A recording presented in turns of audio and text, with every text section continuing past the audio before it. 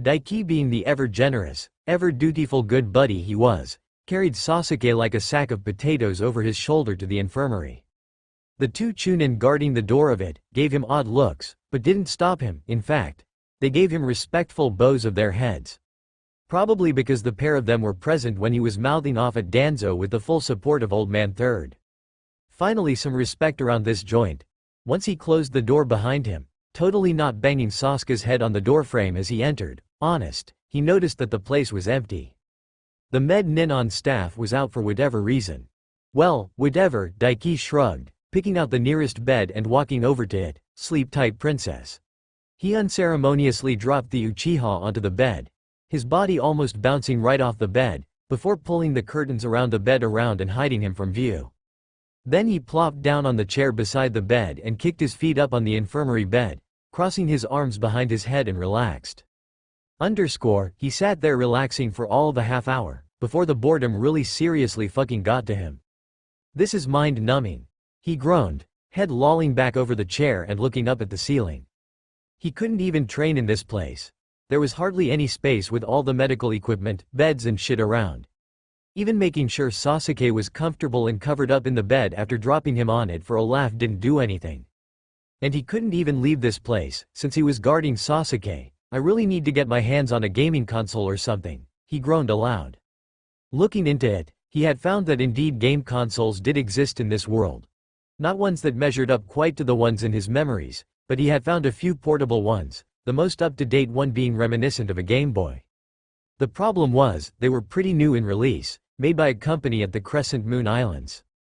And they didn't sell them outside of there, so he would need to get a mission to head there to buy one. Which was a trip and a half for sure.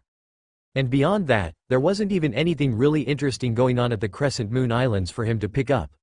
The Crescent Moon Islands events that Naruto, Sakura, Lee and Kakashi all got involved in didn't involve any particularly powerful object or chakra source. It was just one dude using a team of ninja trying to take over the kingdom after killing the royal family. That might not be a bad idea on of itself to take care of though, he mused with a sigh. If he put a stop to it and got the gratitude of the royal family in place of Naruto, he could see about getting funding and shit from them for the village if him having to take over came to pass. Though if shit did go down like the other timeline and Old Man Third died in the invasion, he wouldn't exactly be able to leave the village himself to take care of it. Well, a clone could do it, I suppose. He shrugged, or a team of them hyped up by Isobu's chakra. They should be capable of taking care of that nonsense. And then he could get trade open with the Crescent Moon Islands, and get game consoles sent over here. A good plan, but not really anything that eases my boredom right now. Daiki sighed, sitting up straight in the chair. He cast a look at the Uchiha peacefully snoozing away in the bed beside him, and his expression turned deadpan. Having a good rest, I see. He drummed his fingers on his thighs. If he was awake, at least they could banter to pass the time. And neither of the two chunin outside garnered much interest from him. Now, if one or both of them were females, that might have changed, but such was life. His eyes stayed focused on Sasuke, and with how bright the room was in the infirmary, he noticed just how pale the body was. Bro, you need a tan, we should hit up the beach or something for a vacation, he pointed out. Seriously, the dude was as pale as a ghost. If he got any paler, he'd look like chalk white and ever sigh-like. Honestly, his skin looked like a blank canvas. Wait. A grin spread across Daiki's face and he held his hand out, with a thought, summoning his seal brush from his Dimension Force seal. He stood up and leaned over the sleeping Uchiha. This is your own fault for falling asleep around your best buddy, I mean, it's tradition as well. He excused his future actions. He gently swiped the paint brush over the other teenager's face. First, around the eyes, with a pair of black ink circles, connected by a lignin over the bridge of the nose. Then, he went downwards, to just above his mouth, and drew a nice big long and curly mustache and curled around so much his full cheeks were black ringed. Hey, classic.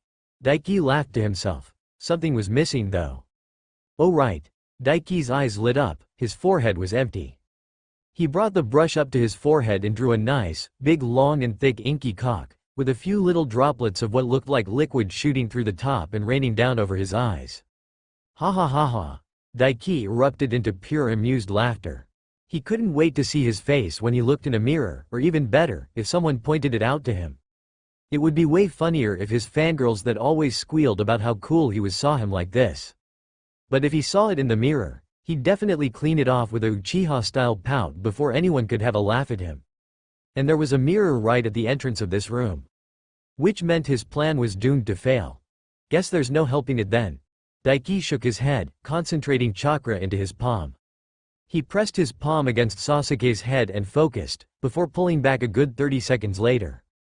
Now, there were a pair of lines connecting together and forming an arrow pointing down at the cock on his forehead.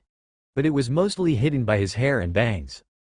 Just another condensed seal matrix, though this was a mere combination of the storage seal and the storage return seal. With but a thought, he could make the ink go into the storage seal, and then make it come back out. This way I can hide it until we pass all the mirror, then bring it out later. Daiki mentally pat himself on the back. He was such a genius, and this was gonna be a riot. Your immaturity knows no bounds, Isobu commented, deadpan. I'm bored, what do you expect? Daiki shrugged, sitting back down on his chair. And this is the boy in line to be the next Hokage. I fear for the future of this world. The huge Biju shook his head in dismay. If I become Hokage, let me tell you, miniskirts, booty shorts, cleavage-bearing tops and compulsory Hokage lap dances are become mandatory, he replied. Exactly. Isobu groaned, I know you're playing it up, but I can feel how tempted you are to actually go through with that. Hey man, Hokage sounded like such a shit job after the initial benefits. He'd have to get some good fun out of it somehow. And if he couldn't use the authority of it for someone like that for a laugh, then what was the point of it all? Too much responsibility for little in return after the initial benefits, did not at all sound like a good time. Of course there was the bet he had with Tenten going on. He'd become Hokage just for that, Unfortunately, despite the brief amusement his doodling of Sasuke's face gave him, it wasn't long before he was back deep within the pitch-black ebony pits of boredom. Damn Orochimaru, if it weren't for him, Daiki would be free to grind away right now and pass the time in muscle-burning training. But no, already he'd wasted 3 hours just sitting guarding Sasuke. The funny thing was, that besides Kakashi or the Hokage himself, Daiki really was the best choice to guard Sasuke. If it came down to it, he was one of the very few capable of either beating Orochimaru or getting away from him. So he couldn't even fault the logic of Kakashi leaving him to guard Sasuke. Though he could sure as hell gripe about it to Isobu, to the huge tortoise's dismay. It was a good chance to grind up his whining ability, Daiki supposed. Thankfully, something that could through the gloom of boredom broke him from his thoughts. A groan escaped Sasuke's lips, the Uchiha shifting noticeably in the infirmary bed, before slowly, his eyes blinked open, clearing his exhaustion. Thank fuck. He released a silent yawn, before pushing himself up in his bed and rubbing his eyes. Then his gaze shifted and fell on Daiki himself. Sasuke blinked, before rousing fully. Daiki, he mouthed, confused. Sup, sleep in beauty, he greeted the boy with a wave. Have a good sleep? Sasuke gave him an odd look. Why the hell am I waking up besides you of all people? Cause somebody needed to guard your sissy ass while you were out like a light. Daiki shrugged, grinning. He blinked once more, before narrowing his eyes. Since when am I a sissy, and why would I need your loser ass to guard me? He challenged. Since you passed out, again by the way, Daiki shot back. Well, as far as being a sissy goes at least. The reason I'm guarding you is because Temari tried to come yoink you while you were out like a light so he could sliver up your ass and go all oonga boonga in your body. Sasuke grimaced in disgust. That explains why I'm being guarded, not why you're doing it, he replied, and do you need to be so disgustingly crude? Yes, he shrugged, unashamed, grinning all the way, and you already know why I'm guarding you as well, cuz, I'm one of the few people strong enough to beat his ass if he tries anything. Bullshit, Sasuke deadpanned, denying his statement. You're strong for sure, but not that strong. Well, he wasn't wrong. I am if I use the full power of my Biju. Daiki shrugged again. Sasuke's gaze became drier. That's not you being strong enough, that's your Biju, you clown, he huffed. And while we're on the subject, who the hell are you calling a weakling like you did earlier? The only reason you managed to do anything about the seal on your neck is because of your Biju, relying on another. Yet you were trying to say I'd be a weakling loser for relying on Orochimaru's power, which I won't, just saying, you're such a hypocrite, Daiki. Do as I say, not as I do, Daiki replied. The Uchiha merely raised an eyebrow at him. The only hypocrite I like is myself. Utterly shameless, Sasuke scoffed, before smirking at him. After all that tough talk earlier, you're just as big a loser as you tried to make out I would be if I relied on Orochimaru. Daiki blinked slowly for a moment, organizing his thoughts, before countering, at least a snake man doesn't want to anally probe me like he does you. And you can never just let anyone get the last word in except for you. Sasuke rolled his eyes, before releasing a deep breath and sobering, his eyes locking with Daiki's own. Still, thanks for sticking around and trying to help. Even if you can't do anything, it means a lot. That's fine, but I never really meant that, Daiki shrugged. I just knew Orochimaru was listening in and didn't want him to know I actually could fuck that seal up just like I did mine and make it fine for you to use. Oh. Sasuke uttered blankly, before sighing again, his gaze turning dry. I really hate you sometimes. Nah bro, you love me. Daiki smirked. Obviously I'm gonna do what I can to make sure old pedos Nekimaru doesn't get his slimy hands on you. I can't have him messing up our bromance. Another word I have no idea what the meaning of is. Sasuke replied blankly. Do you just love talking gibberish or something? Silly Sasuke.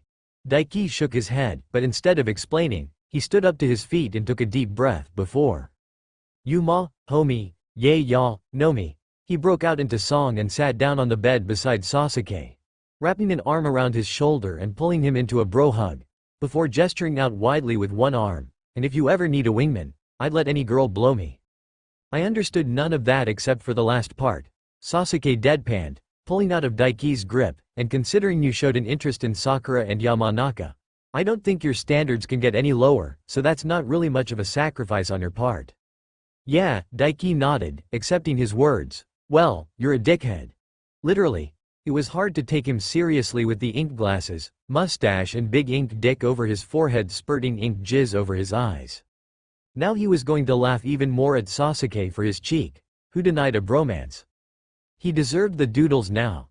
Thankfully, with Sasuke awake to banter and take the piss out of, time seemed to flow in a lot quicker, and he was a lot less bored.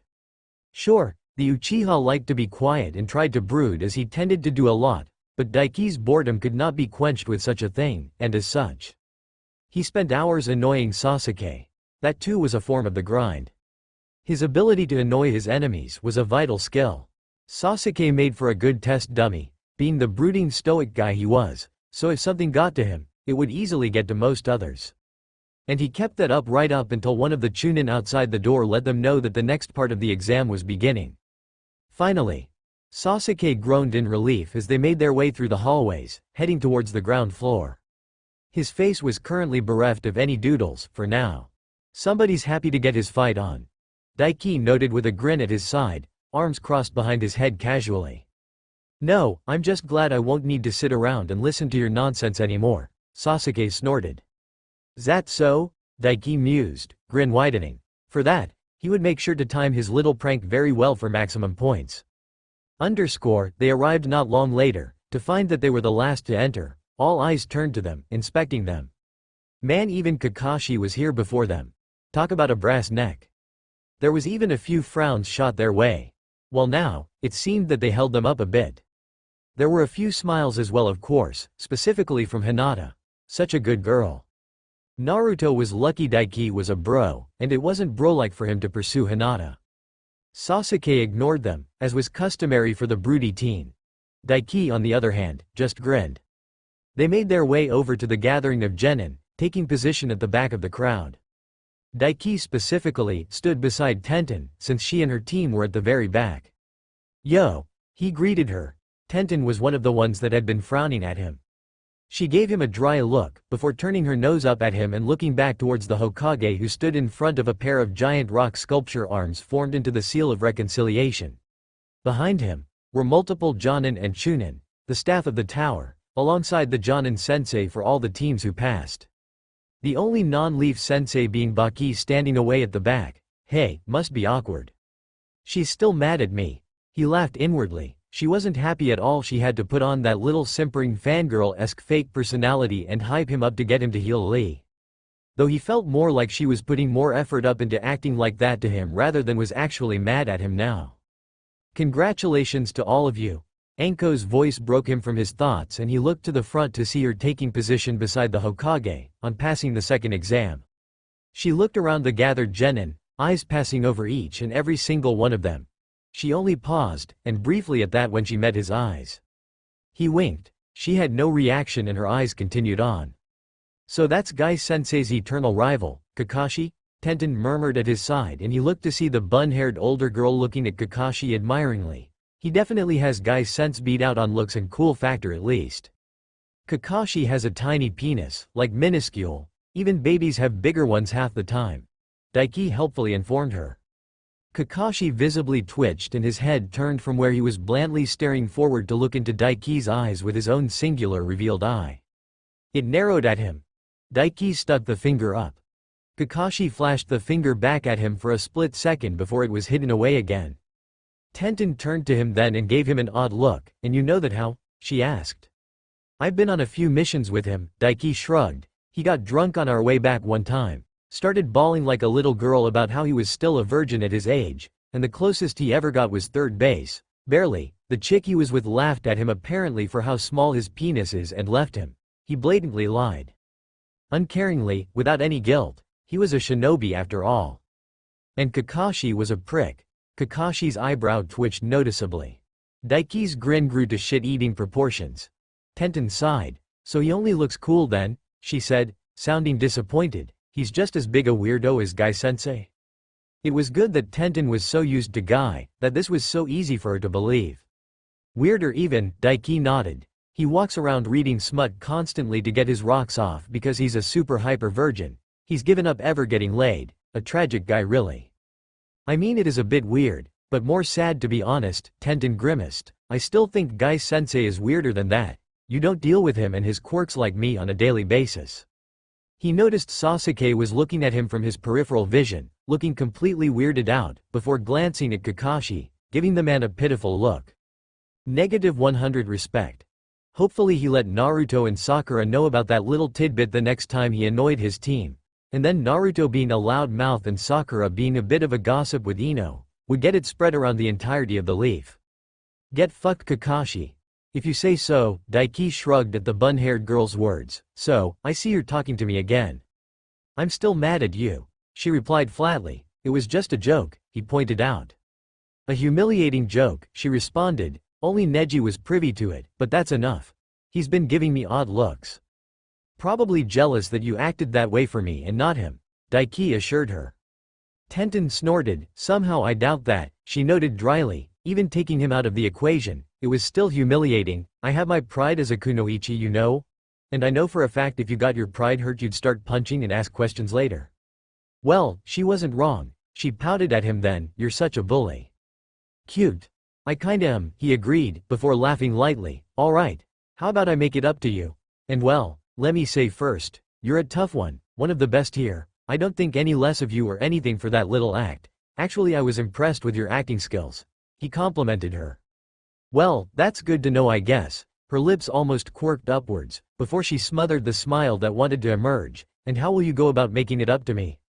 Well, he had a few options. I could take you out on a date, he teasingly replied. He was testing the waters. You're already going to be doing that though, she replied with a roll of her eyes. And he scored. She hadn't decided against them pursuing that relationship option later on.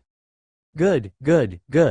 True, I guess you'll have to settle for just a summoning contract then, Daiki shrugged casually. What would you prefer? A giant pack of wolves or a giant conch that has a super tough defensive shell and can use a bunch of cool things like a genjutsu mist and big-ass water jutsu? Wait, what? Tenten goggled at him, eyes flying wide open. But before she could press for further information, Anko apparently decided it was time to move things along and that they'd had enough time to digest their passing the second exam. Now, the third exam will begin and Lord Hokage will be graciously taking the time to explain it all to you, she explained. Make sure you all listen up and take all of his words to heart, you might learn something. Old man Sandame chuckled lightly at Anko's words, before smiling at them all. You have all done well to make it here. Each and every single one of you are fine ninja and will no doubt go far. He praised them. Now though, the third exam is about to commence, but before we go into the specifics of how things will progress, let me make one thing perfectly clear, which pertains to the underlying purpose of this exam. He paused briefly to let his words sink in, making sure they were all listening, before continuing on. Tell me young ones, Why do you suppose an examination of this nature is being jointly conducted by all of the 5 great nations? His smile turned into a faint grin. To promote friendship among all the nations and raise the overall general level in the ninja arts, he revealed, I will be very clear in what this means, what these series of so-called examinations are all about. Daiki noticed Tenten swallowing heavily at the mont's words, and she wasn't the only one visibly reacting to the mont's words. After all, the old man was completely relaxed, his stance and smile wholly welcoming. Yet a powerful pressure seemed to exude from him just naturally as he spoke, and it was pressing down upon everyone gathered. Daiki crossed his arms, eyebrow raising, he's just flowing his chakra. He noted, he could see it clearly. The man wasn't even letting any of it escape his body, yet still, just circulating his chakra within his body caused this kind of pressure. Such powerful chakra. It utterly dwarfed his own. The old man could probably crush most of the genin gathered here by just flaring his chakra at them. And to think this was him far from his prime and much weaker than he once was. Old man Third was a complete monster. That is indeed very impressive chakra for a human, Isobu agreed. The fact his Biju actually noted that in of itself was impressive and telling enough. Isobu, after all, still felt his own chakra capacity and strength, now in the realms of a cage, if a low-level one, was pitifully small. Quite simply, the Chunin exams are war in miniature, the Sandaime continued after a moment. The Chunin exams exist to promote the villages in place of war, a tentative stopgap and agreement between each of the 5 great nation ninja villages to stop our loyal ninja dying en masse during times of strife like they did for so many years. This is the friendship of we 5 villages. That's the stupidest friendship I've heard of, shouted out in reply. Naruto, as expected. Though, he wasn't the only one that seemed to be uncomfortable with the Hokage's words and the true nature of the Chunin exams. Quite a few voiced a similar opinion as Naruto, though, few of them had the guts to say it so loudly and proudly, challenging the words of the Hokage as the blonde did. Make no mistake, these exams are not just about you young ones, but the glory and honor of the shinobi villages as well. Hiruzen wasn't daunted in any single way by the whiny grumbling. While this exam needles out any of you unfit to ascend up to the next rank, it will also more importantly showcase to many honored guests the ability of the villages. This includes the rulers and nobility spread around this continent. Each and every single one of them will be watching you, and your actions and abilities will reflect on your home. What that means, he began clarifying, is that if any nation's ninja show outstanding talent, ability and superiority, the gathered noblemen's eyes will be on them, and they will in turn be quick to commission the village who trained those superior fighters and talents for work, promoting the growth of their villages. Conversely, if inferior ninja take the stage and make a bad showing, it will reflect poorly on the village and may lead to less work commissioned. So why then is it necessary for us to stake our lives and fight here? Kiba called out, stopping the Hokage from continuing. Quite a few made muttering agreements with him. Daiki withheld the urge to groan in annoyance. How could fucking clan kids be this fucking stupid when it came to the duties of a shinobi or kunoichi? You know what, this was taking too fucking long, for fuck's sake, isn't it obvious? Daiki's words escaped his mouth before he could stop them. Many eyes turned to him. All eyes in the room actually. It's a dick measuring contest, you moron. It's basically a big show to say, look how fucking badass our genin are. If our little wimp kids are this strong, how strong do you think our jonin are? Come hire us, we'll beat everyone's asses for you cuz, we're the best of the best and all those other punk ass bitches can't measure up to us. There was utter silence at his words, and quite a few gaped at him, mostly the other genin. The likes of Sakura, Ino, Naruto, Kiba, Choji and such were outright goggling at him, but the ones in the know were pretty impassive. Which was fine, he just wanted this shit to get a move on. Of the jonin, only a few gave any visible reaction. Kurenai's eyebrows rose, while Asuma snorted in pure amusement, and Anko smirked widely, giving him a nod of approval. The Sandaime gave an audible cough, breaking the silence. Yes, while the wording was a bit crude, that is indeed what the Chunin exams amount to. The old man agreed with him, all eyes turning back to him as he began speaking again. The strength of a nation is derived from the strength of its ninja village, which in turn draws its strength from the many shinobi and kunoichi whom call that village home and fight for its prosperity. You ask why you must fight? It is because the greatest strength of these shinobi and kunoichi only emerges in the midst of a life and death battle. As he finished, one of the flak-jack-wearing shinobi standing impassively near him made his way to the front and took a knee in front of the Hokage. "Hokage-sama, if you don't mind, would you allow myself to take over the proceedings of the exam from here as its proctor?"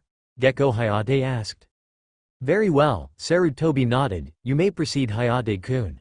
"Thank you." The man kept his head bowed for a moment before standing up and turning to face everyone, displaying a pale-skinned face with thick bags under his eyes. "Good to meet you all. I am Hayate and I will be the proctor of the third exam, though before that, I will need to ask something of all of you." He made sure everyone was paying attention to him before he continued on. "You see, before the third exam begins, there will be a set of preliminary battles, and whether you proceed to the true third exam or not, is dependent on you winning," he explained. "Preliminaries?" Surprisingly the one to shout out. Voice aghast was Shikamaru. "The hell, are you kidding?" "Hayate-san, I'm in agreement with him." He heard Sakura's voice speak up. "Why can't we all proceed to the third exam? Why do we need to take part in preliminary battles?" "Well, I don't want to say the previous two exams weren't a trying experience, but the fact of the matter is, we still have too many applicants," he replied. "As Hokage-sama explained to you all moments ago, we will have many rich and powerful guests watching you all. Very busy powerful people at that. So we must not only keep the exam intense, but also fast-paced and make sure that only the best of the best show off their skills." "But," Sakura sputtered. Hayate cut her off before she could finish. "If you are worried about your promotion, don't worry, this is a chance for you to show off your abilities as well. Everyone gathered here to watch will be judging your abilities as ninja to see if you are worthy of promotion or not. Even if don't win or make it through to the true third exam, you still have a chance at promotion," he explained, before clapping his hands loudly. "Either way, if any of you want to drop out, now is your chance, because the preliminaries begin now." For a moment, a hush of silence befell the crowd of gathered genin and a majority of them looked around, waiting for someone to speak up. Just as it looked like the moment would pass with nobody speaking up, a single hand was raised into the air. "If it's alright, I'd like to call it quits here," one of the oldest in the crowd declared. An older teenager, more of a man really with gray hair, said, "I've not shook off the injuries I received in the forest yet, and don't think I can amount to much here and now." Surprise surprise, it was Kabuto. "Which conveniently brings us down to 18 genin in total." Daiki mused. While he'd been having a laugh besmirching Kakashi's reputation, he hadn't been idle and had taken the time to count the opposition. There were currently 19 genin in total within the crowd, he specifically being the odd man out. He'd wondered how things would progress on that front, if someone would get a free pass or have to fight twice, or even if there would be a fight of three, a little mini battle royal. "That's kind of disappointing." Daiki sighed inwardly as Hayate accepted Kabuto's withdrawal from the next round. He had actually been somewhat hoping he'd get to fight against two people at once. Unless he fought Lee using the gates or Gaara, there wasn't really anyone here that could give him a challenge or a fun fight. Fighting two at once though, like Neji and Sasuke together, might have been fun. Naruto of course, kicked up a big fuss. "Kabuto, what the hell?" the blonde cried out. "What's up with you quitting, after making it all the way here too?" "Naruto-kun, I'm sorry to disappoint you, but those guys we fought before beat the crap out of me," the older genin replied, "and ever since that scuffle with the sound ninja back at the first exam, I've been deaf in one of my ears, my balance is totally shot. There's no way I could take on any of you guys here in the state I'm in, especially in fights where killing is allowed." "Oh, I see." Naruto visibly bit his lip, his shoulders slumping. "Don't mind it, Naruto-kun. I'll try again next time." Kabuto laughed and pat him on the shoulder fondly. "You just do your best, I'll be rooting for you." Naruto perked up at his words and grinned. "Alright, just watch me then, I'll blow right through this part and be one step closer to being Hokage," he declared happily. As Kabuto laughed lightly and happily along with Naruto, Daiki found he had to grit his teeth to stop from making any sound. "This is frustrating to watch," he thought. Because he knew Kabuto was just toying with Naruto and manipulating him, whereas Naruto was being utterly genuine and thought of the older genin as a friend who'd risked his life together with him. He felt like he was watching Kabuto make a total fool of Naruto in front of everyone, and while he and Naruto weren't exactly close or anything, it was still beginning to piss him off. Daiki watched as the gray-haired genin turned to his teammates and had a hushed conversation.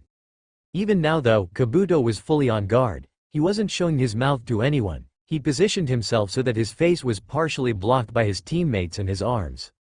A guard against lip reading, his hand blocking the sound from echoing outwards and being heard, muffling his voice. You guys can take it from here, especially you Yoroi. With your abilities this part should be a piece of cake. Kabuto informed. It's the perfect opportunity for a show of real, brute strength. Considering how you resent my recent promotion over you, I'm sure you're itching for the chance to make a show. Too bad for Kabuto, the Shinkugan was not so easily fooled. HMPH, you may think you're our lord's favorite, but don't push it you brat. Yoroi scoffed back at him. Kabuto merely shrugged, smiling lightly at him, before turning to give Naruto a light wave goodbye, and proceed to make his way through the crowd of genin and leave the huge room behind. Probably a smart choice on his part. If he can't handle this, then he isn't ready to be a chunin, Tenten mused. Daiki shrugged and didn't comment himself. He already knew after all, that cunt was as strong as a jonin before he was a teenager. And was perhaps the person currently the closest in the world right now, to actually being in a place to achieve Tenten's dream of being just like Tsunade. The guy after all, was the best medic nin in the world right now after the busty blonde Senju. Alright, seems like nobody else is going to pull out. Good, makes things simple, Hayate mused aloud. There's 18 of you left, that means there's going to be 9 bouts of one-on-one battles, and the victors of those matches will proceed on to the real third exam, and as explained before, this will be no-holds-barred combat. Each pair will fight until one side is either unconscious, admits defeat or dies. A few shivered noticeably at the emphasis he put on the word, dies, the weight of what was going down really dawning on them. Daiki was just getting tired of all the repetition. How many times did they have to hammer it in that they could die here? He'd been prepared to kill for the village and possibly die, had died even since he left the academy. The whole point of being a shinobi or kunoichi was fighting and killing for the village. Anybody who didn't get that, didn't deserve to be here. People could whine and make all the heartfelt speeches they wanted, but as things were right now, this world ran on that logic. Killing and death were as common as breathing. Hayate reached into his supply pouch then and withdrew a small device, looking like a remote. He pressed something on it, and then there was an audible grinding noise as the wall behind the 2 huge stone fists slid up to reveal a large dark screen. This electronic scoreboard I brought out will display the matches, Hayate explained. At the start of every round, we will display the names of both combatants competing against each other. Once the 2 are displayed, everyone else should make their way up to the railings above. He pressed another button on the remote and the screen lit up. A moment later, letters appeared on the screen, though shifting and changing at rapid speeds. Until a second later, they stopped and displayed 2 names. Akado Yoroi vs Uzumaki Naruto. There was silence again for a moment before. Woohoo! Naruto cheered, pumping his fist into the air. I get to go first, he hollered and celebrating. Yeah, Hayate shrugged. Alright, beyond the 2 listed, can everyone else head up to the platforms above? He asked. Daiki shrugged and did just that. He simply turned and jumped up through the air and landed above. He got quite a few stares before everyone began following his lead. Moments later, the Hokage and the staff were at the very end of the room's platforms, whereas, the Konoha Genin and their Jonin sensei joined Daiki. And the Sand Trio made their way up to the opposite side, their sensei Baki joining them. The only ones left standing below were Hayate, Naruto and an older Genin, easily in his 20s wearing full purple, his headband attached to a bandana, a piece of cloth covering his lower face and a pair of dark shades hiding his eyes. As it turned out, the ones to land nearest Daiki, was Team 8, Kiba, Shinoi, Hinata and their sensei, Kurenai. Naruto's up first, huh? Kiba noted, leaning over the railing beside Daiki, a grin on his face. This should be quick. You're not wrong, Daiki agreed. This is a complete mismatch. Naruto will dominate this fight. Kiba blinked. What? He asked, taken aback. You seem sure of that, Kurenai input, raising an eyebrow at him. Yet from all I've seen of Naruto, he's one of the least impressive here. Kurenai, once again proving that specializing was a horrible move and being wrong as always. You'd think you'd have learned by now after what happened last time. He used the jutsu food taught him to direct his message straight into her head. Kurenai twitched. Hayate called for the beginning of the match. Do you really think Naruto-kun will win? Hinata spoke up at his side before he could have fun poking at Kurenai. Just watch, Daiki shrugged. Something tells me this match will be over quickly. As soon as the words left his mouth, the match began in earnest. Naruto burst forward in a rapid sprint, rushing towards Yoroi. The shades-wearing traitor was quick to respond with a volley of shuriken, which Naruto hastily deflected with a drawn kunai. It kept him back long enough though for Yoroi to make a few hand seals, a visible aura of chakra forming around his hands. Daiki observed with interest. With his ability to see chakra clearly and his heightened analytical abilities with the Shinkugen, he was able to just what the man was doing for his technique. The chakra over his hands, connected to his tenketsu within his hands, seemed to be working almost like a vacuum. So he basically just slurps up chakra like a vacuum cleaner. He mused. He already had his chakra absorption seal, but learning that technique might not be a bad idea either. At the very least, it wouldn't hurt. From what he saw though, the rate of absorption, or rather the strength of the vacuum effect, seemed to be dependent on the chakra capacity of the user. Yoroi didn't seem all that impressive chakra-wise. I wonder, could I apply it to my whole body rather than just my hands? Daiki mused as Naruto, seeing the technique, quickly formed a very familiar hand seal.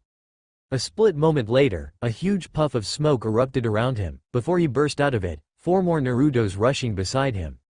A few measly clones? Wrong choice of move, kid.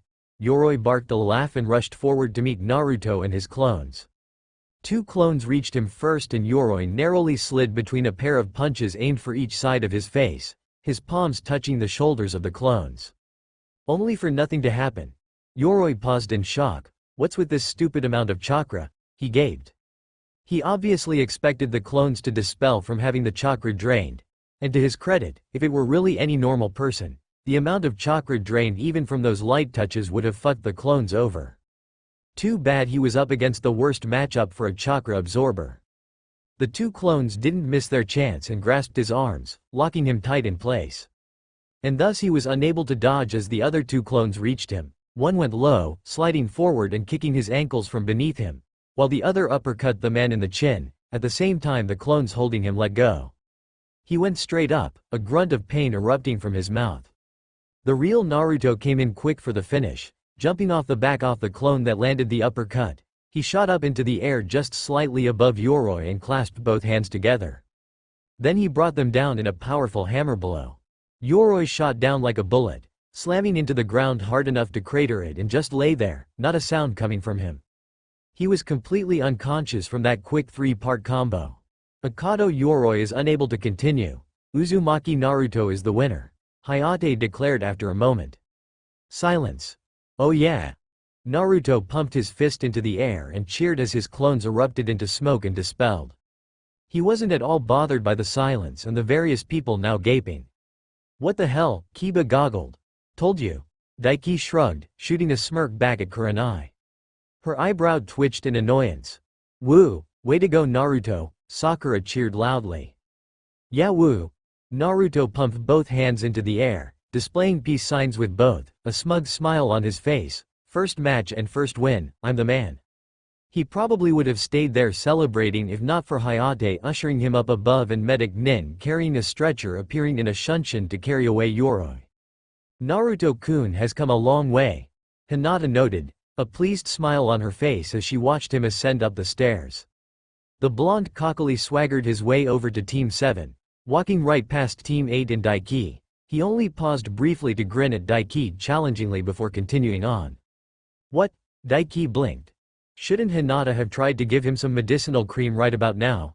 Sure he didn't take any hits in that fight, but he was still looking pretty trussed up from his time in the forest, even if any external wounds had long since been healed. He looked at the Hyuga girl who returned his gaze, smiling gently at him. His brows furrowed and she gave him an odd look. I wonder who's next. He played it off, musing with a shrug. He didn't have to wait long to see, because Hayate was already in the process of choosing the next matchup. He wasn't at all expecting the names that appeared. Yurei Daiki vs Yamanaka Ino. Oh come on, are you kidding me? Ino's voice shouted in disbelief from along the platform. Now this was an unfortunate match, and not only for Ino. This won't be fun at all. Daiki groaned inwardly. And not only that. But how was he supposed to show off, with an opponent he could beat in what amounted to a blink of the eye? And it royally sucked for Ino.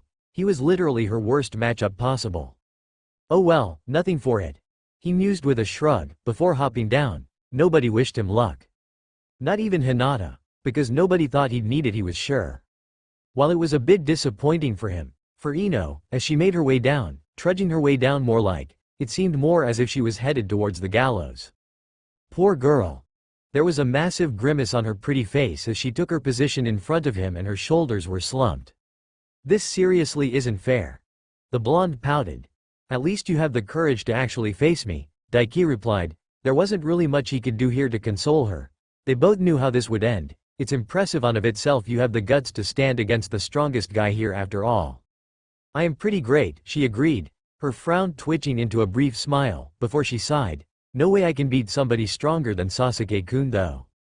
Don't feel too bad about it, Daiki shrugged, and spread his arms wide and let his voice become louder, making sure everyone heard him. After all, there isn't a single genin here that can beat me. Hell, every other genin here could come at me at the same time and I'd still clap every single one of them. Yeah, why don't you say that to my face? He heard Naruto shout from behind him. Yeah, don't talk shit Daiki you prick, Kiba agreed with him. I would be most interested in testing that Daiki-kun, such a youthful boast, Lee added. I hate this kid. Konkuro's grumble was quite audible as well. That doesn't actually make me feel all that much better since I actually do have to fight you and not any of them. Ino pouted. I don't suppose you'd be willing to throw the fight? Usually, I'd be all for it if you made it worth my while, Daiki mused, voice lowering so it wasn't heard quite as easily. Sadly, can't do that. It's my mission to go all Tobarama on this exam and make Konoha great again. The second Hokage? Ino raised an eyebrow at him. Wait, mission? I mean, you already heard back in the first exam along with everyone else. I'm the big bad ringer. He grinned. I'm here to kick ass, take names and show off. Basically, since this is a dick measuring contest for all possible clients to see, the old man wanted me, the guy with the biggest dick of all, to swing it around and clap cheeks. Ino took a moment to process his words before nodding. That does kinda make sense with what Hokage-sama just told us. She nodded slowly, before snorting. You should be careful with boasts like that though. What'll you do if somebody actually calls you out and asks you to prove how big a deal you are? She grinned. Depends on who's asking, Daiki shrugged, not missing a beat. I mean, if you want me to prove it, I have no problem at all whipping it out gorgeous. Ino blinked and was stunned into silence, face turning a crimson red. Hayate sighed. Can we get a move on please? Sure, Daiki shrugged, and I'll be generous Ino. Give you a chance to show off. I'll give you 20 seconds. I won't attack back at all, so feel free to come at me with everything you have. Wait, seriously? She blinked again and gaped at him.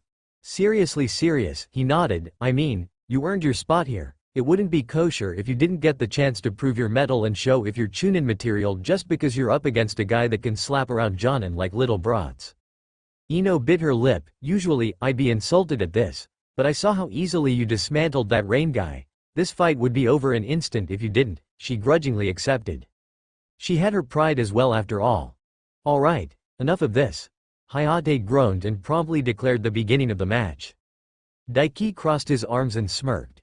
Ino took that as his approval for her to go right ahead. She visibly channeled chakra through her feet and propelled herself towards him with a burst of speed. It wasn't the shunshin, but more of a rudimentary prelude to it. Not a bad idea either. She rushed through a couple of hand seals, and a cloud of smoke erupted around her, and just like in the previous match, multiple blondes erupted from the smoke. Each were holding handfuls of shuriken and quickly spread apart, spreading out from around his front.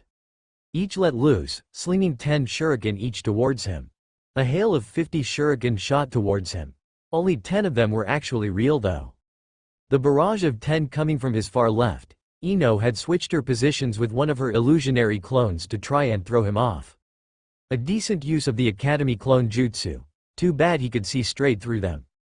He sidestepped them easily, allowing them to fly straight past his body, and didn't even blink as the rest of the shuriken passed straight through his body as if they were never there. All 5 Inos grimaced noticeably. Damn it. The real blonde cursed, and the other clones disappeared a moment later. She kept rushing him though, lunging into a thrusting knee strike, all her weight and strength behind it. He juked slightly to the side, letting her sail right past him. She landed a moment later and immediately whirled into a roundhouse kick aimed at the back of his head. He stepped forward and let it pass through empty air. He'd give Ino one thing, while she wasn't all that fast, she was quick mentally and immediately kept the attack up, aiming for a punch aimed at his kidneys. Her technique was basic, but well polished and aiming for vital points constantly. 4. He mentally counted as he spun slightly out of the way of her punch, even as she dug her feet into the ground and shot right back around to him, exploding into a flurry of punches and kicks that he weaved around or deflected. Your taijutsu isn't bad at all, he praised, though your conditioning could do with a little work, and you need more jutsu for sure, 'cause you have no options beyond this with me. Has your sensei not been teaching you anything? Honestly, what the hell was up with Kakashi, Kurenai and Asuma? They didn't seem to teach their students jack shit. 7, 8. He mentally counted as the match went on. Asuma-sensei is just as big a lazy bum as Shikamaru and Choji. Ino grunted, not letting up at all. He's only drilled us physically and taught us to attack as a team. That sounded familiar. Hey, you know, the more I hear about how the Jonin are teaching you guys. Daiki mused idly as he deflected a punch over his shoulder by poking Ino's wrist with one finger. The more I'm glad I never ended up with one. Sounds like a total waste of time. Lucky, you, Ino grunted, whipping her hand back to try and grasp his neck at the same time she jumped into a rising knee aimed for his chin. He was fast enough that a simple diagonal step backwards allowed him to evade both and Ino grunted again in frustration. Midair for only a moment, she grabbed a trio of kunai from her pouch, lobbing one with a flick of her finger aimed at his face. He tilted his head to the side and caught it by the handle. With his teeth. That's just absurd, Ino growled, even as she switched one of the two kunai remaining in her hand to her offhand and landed, pushing off with a burst of chakra and dual-wield slashing at him. He clasped his hands behind his back at the same time. He blocked and deflected her blows using only the kunai held between his teeth. And to think, Isobu thought he shouldn't have Rorinoa as his middle name. Time ran down quickly, and Ino was no closer to hitting him. 18, 19. He idly counted off. Ino visibly ground her teeth together as he parried one of her slashes down with the kunai in his mouth, the force behind it actually forcing her to kneel on one leg. She showed a surprising amount of skill though when she flicked her fingers up, letting the kunai in the hand he just parried shoot up towards his chin. At the same time she pushed back with her back leg and tossed the one in her other hand. One coming up for his chin, the other straight for his heart. A pincer technique, cutting off any escape avenue beyond one side. At the same time her hands came together in an unfamiliar seal as she shot back and landed, a square-like space gap between her fingers. 20. Daiki declared aloud, and then he moved. He disappeared in a blur of speed and Ino's eyes widened. She never got the chance to fire off her special clan jutsu, because Daiki was suddenly behind her. One hand wrapping around her waist and pinning her arms to her sides, while the other wrapped around her throat and pinned her bodily to his chest. And that's match, Daiki grinned down at the blonde. Not bad at all, Ino. You're a lot more skilled than I thought you were. Easy for you to say when you danced around me like a child, Ino sighed. Well, whatever, I already knew it would end like this. With you pinned against me? Daiki asked, grin widening. Ino tensed in his grip, suddenly realizing their position before relaxing and tilting her head up slightly to grin at him. While it's not a bad position to be in, she shrugged, though only because he allowed it. Did you want to show me you weren't lying about your boasts that much earlier? She flirted, surprising him a bit and wiggled her backside against his hips. This could be bad, while usually he wouldn't mind at all. Currently, there was one girl specifically whom he was flirting with and preparing to possibly pursue a relationship with. One girl whom was watching right now from above. It was one thing to flirt with other girls when he still wasn't in a relationship with Tenten. It was another to do it in front of her. Wait, why do I feel 4 different killing intents? Daiki blinked, confused. Did somebody have a crush on Ino that he didn't know about? I mean, if you want to see it, just look me up after this exam where we can have some privacy and I don't mind giving you an up-close and personal look. Daiki replied, and released her, stepping back. You tease, Ino pouted at him, even as she turned around and idly rubbed her throat. Well, I'll keep that in mind.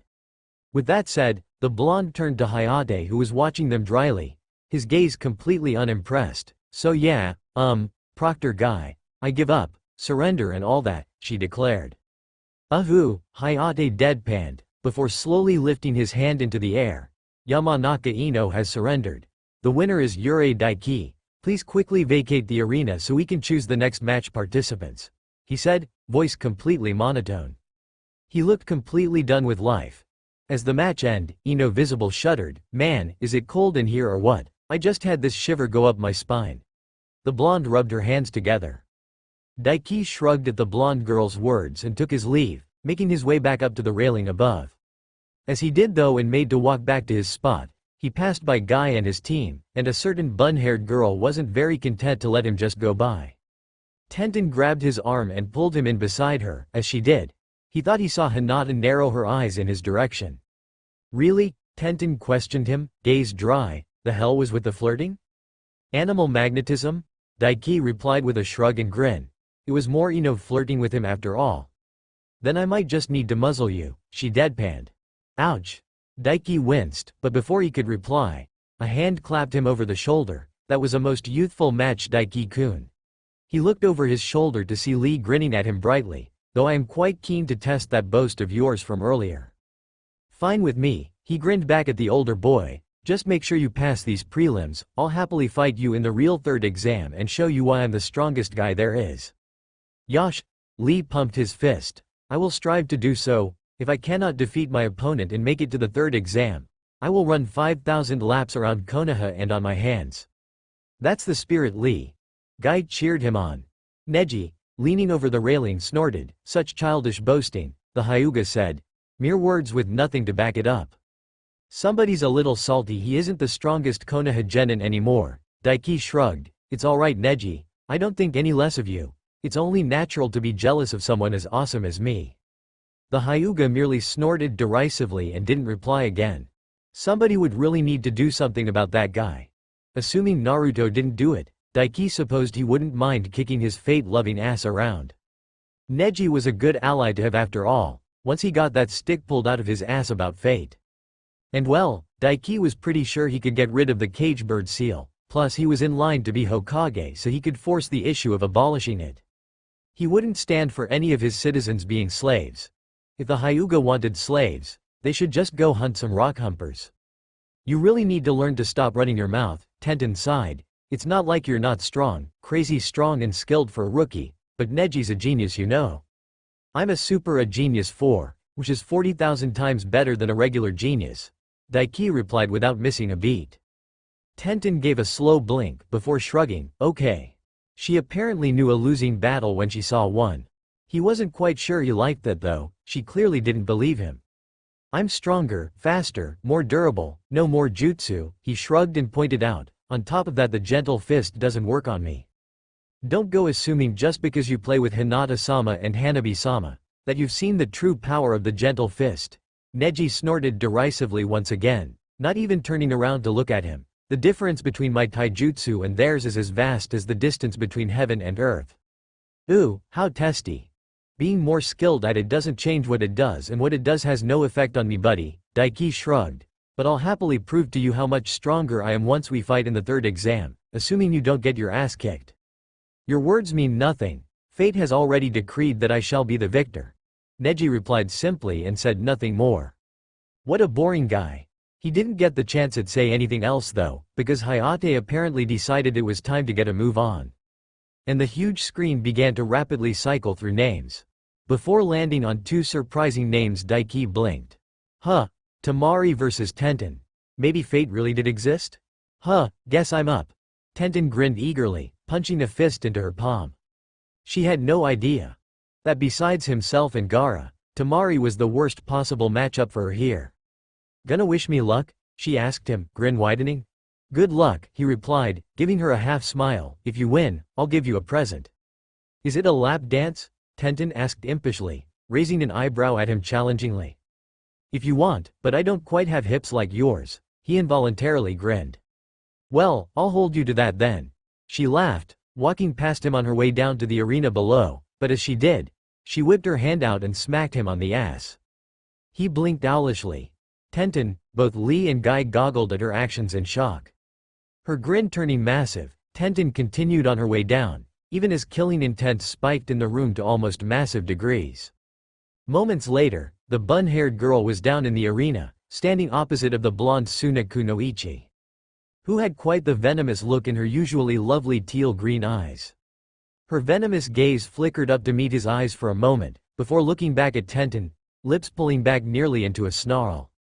Tenten said utterly nothing at the gaze directed her way. What's up with her? Daiki wondered. She was much more derisive and mocking originally, but now she was blatantly angry about something. Was it because of him taking the piss out of her the other day, mocking not only her, but her brother, her father and even her homeland? Maybe I should have given Tenten some advice, he mused as Hayate stepped up to begin the match. It might not change the results, but if Tenten knew in advance she would be fighting a wind user and that long-distance weapon techniques would be useless, her chance of winning by getting in close would be much better. He knew personally after all, that Tenten was both faster and stronger than Temari physically and much more skilled in close combat. If she got close before Temari brought out her fan and pressured her, she could possibly win. Oh well, too late now, he mused as Hayate called for the beginning of the match. And immediately grimaced as Tenten leapt back, gaining distance, her hands flashing into her equipment pouches and unleashing a bevy of shuriken in the blink of an eye. Each spiraled through the air rapidly, and it wasn't just some random throw, each had their own specific trajectory, spread out and aimed towards Temari's vitals. If she was, say, a fire user, she'd have no choice but to dodge and give Tenten the advantage to press her. Sadly, she was a wind user though. Temari's hand went to the fan on her back and she pulled it forward, running wind chakra down its length. She didn't even open the fan itself, just whipped the huge metal base of it and sent a short but powerful gust of wind to meet the shuriken, blowing them away. That wind chakra metal is really something, he mused. It allowed the sandy blonde to perform high-level wind jutsu, without hand seals and more or less instantly. Is that all you Konoha girls can do? Temari scoffed loudly. Throw around hunks of metal like some little academy brat? Tenten's lips fell into a frown, but she didn't reply with words. Instead, she reached for her pouch, drawing 5 kunai and with a whip of her hand, sent all 5 soaring through the air like bullets towards the blonde. One aimed for her head, one for her neck, one her heart, and 2 at her kidneys. It was quite an impressive throw actually. This again? Temari scoffed, unveiling her fan ever so slightly and swinging it. Once again, a burst of wind chakra sent the barrage of kunai flying away. But Tenten wasn't idle, already having leapt into the air, the bun-haired girl drew a single scroll, unrolling it and giving it a whipping motion as if it were a whip itself.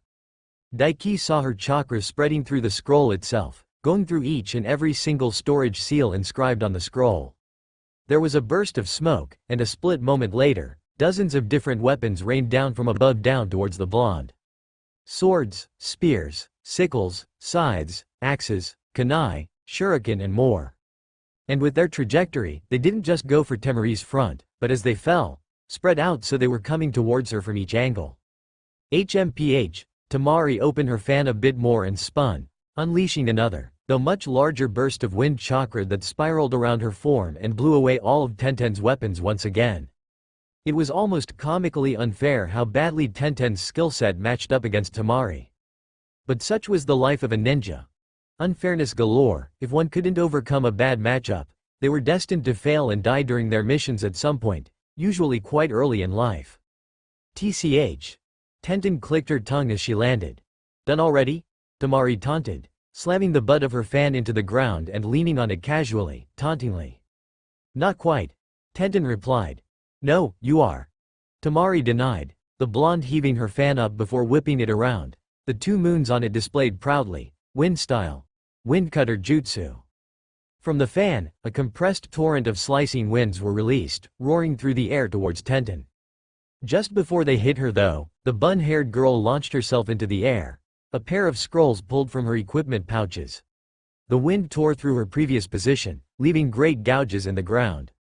As soon as she unrolled them and channeled chakra through them, a pair of smoky dragons erupted from the scrolls and rushed down towards Temari.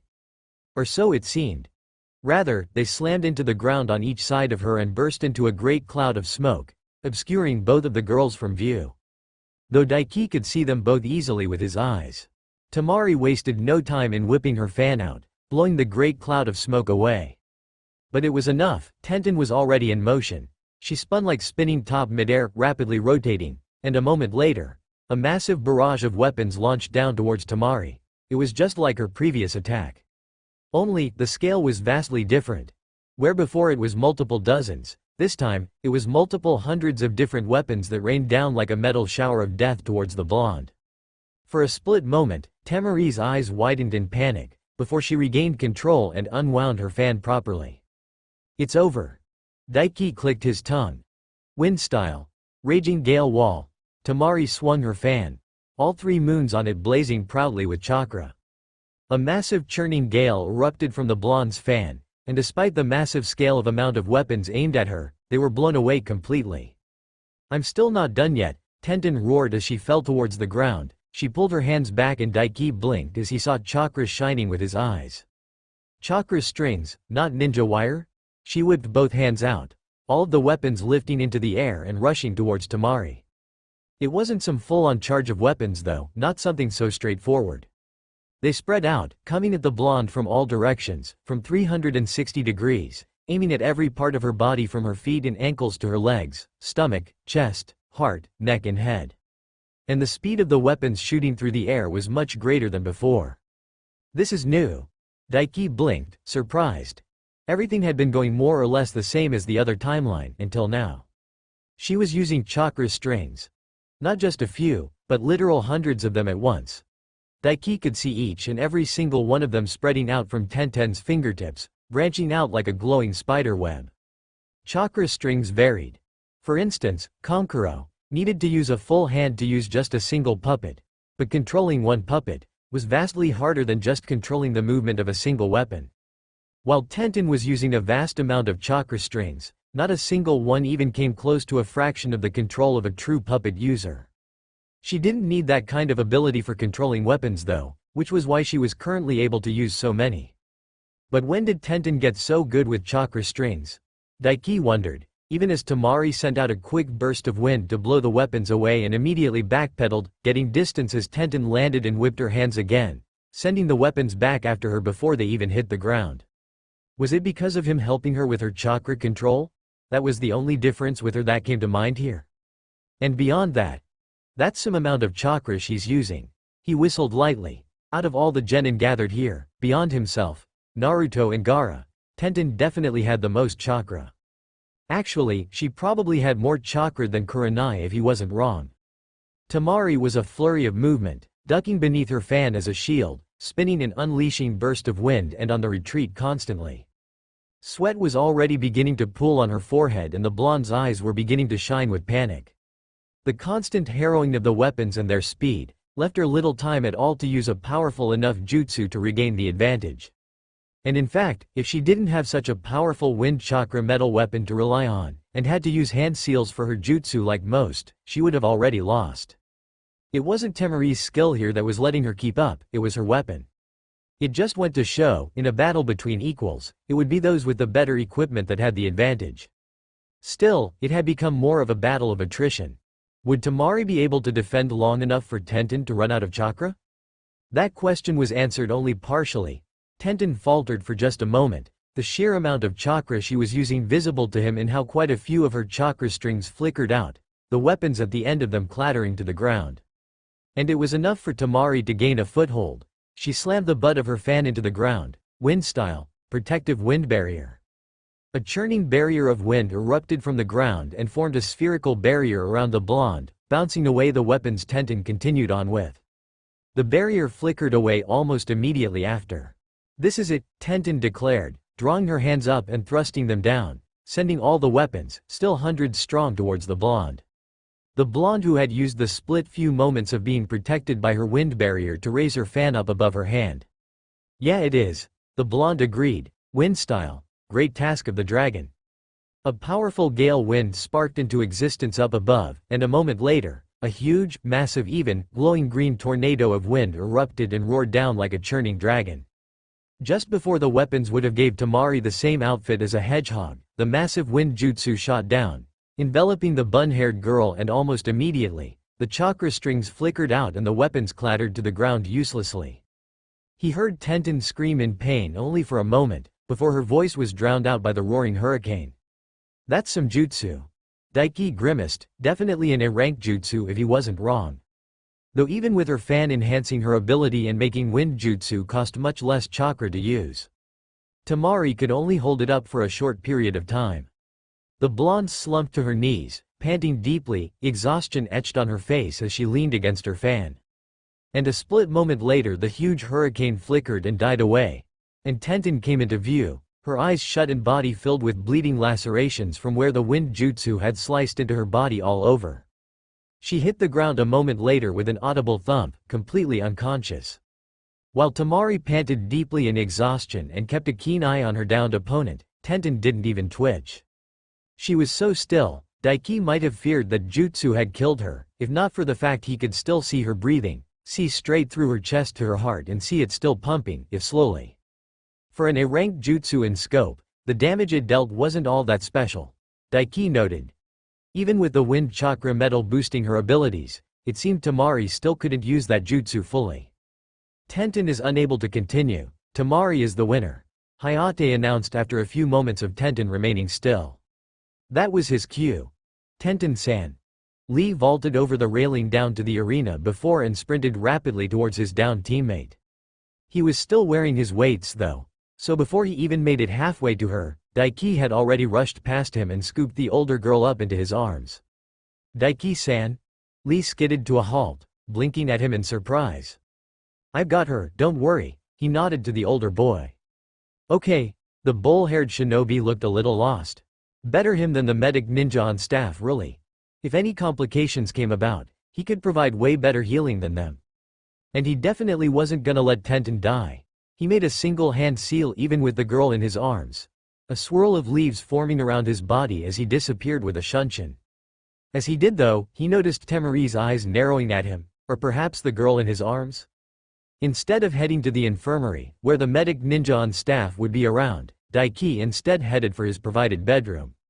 The furniture had been returned to their previous location in the room now that he wasn't going to be stuck in there any longer, so he laid Tenten down the middle bed. Now let's see, Daiki mused, looking the girl over. Her body was filled with lacerations, and a lot of her clothing had been shredded, blood oozing out of the tears. First of all, it was best to get a proper look. So Daiki made a single hand seal, a green aura forming over his hands as he used the mystical palm jutsu and began examining the girl's body internally. He hummed. The mystical palm jutsu was perhaps his most used jutsu beyond the shadow clone jutsu. He was very much experienced with it.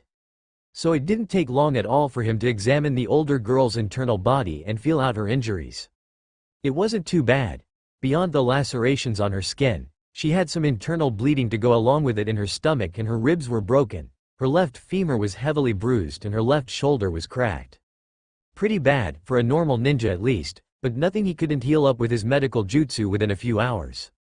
This was a good chance to experiment with something though. He focused on the seal upon his neck, drawing on the powerful combined chakra within that grew ever so slightly as time passed on. As he did, he focused the chakra into his eyes, his scarlet red eyes shining with a red glow that lit up the room. The energy shifted into pure life force and he directed it into the green healing aura of chakra around his hands. Almost immediately, it shifted into a bright and warm glowing silvery white energy and he spread the energy over the older girl's body, expanding it until it looked like she was wrapped within a protective cocoon of energy.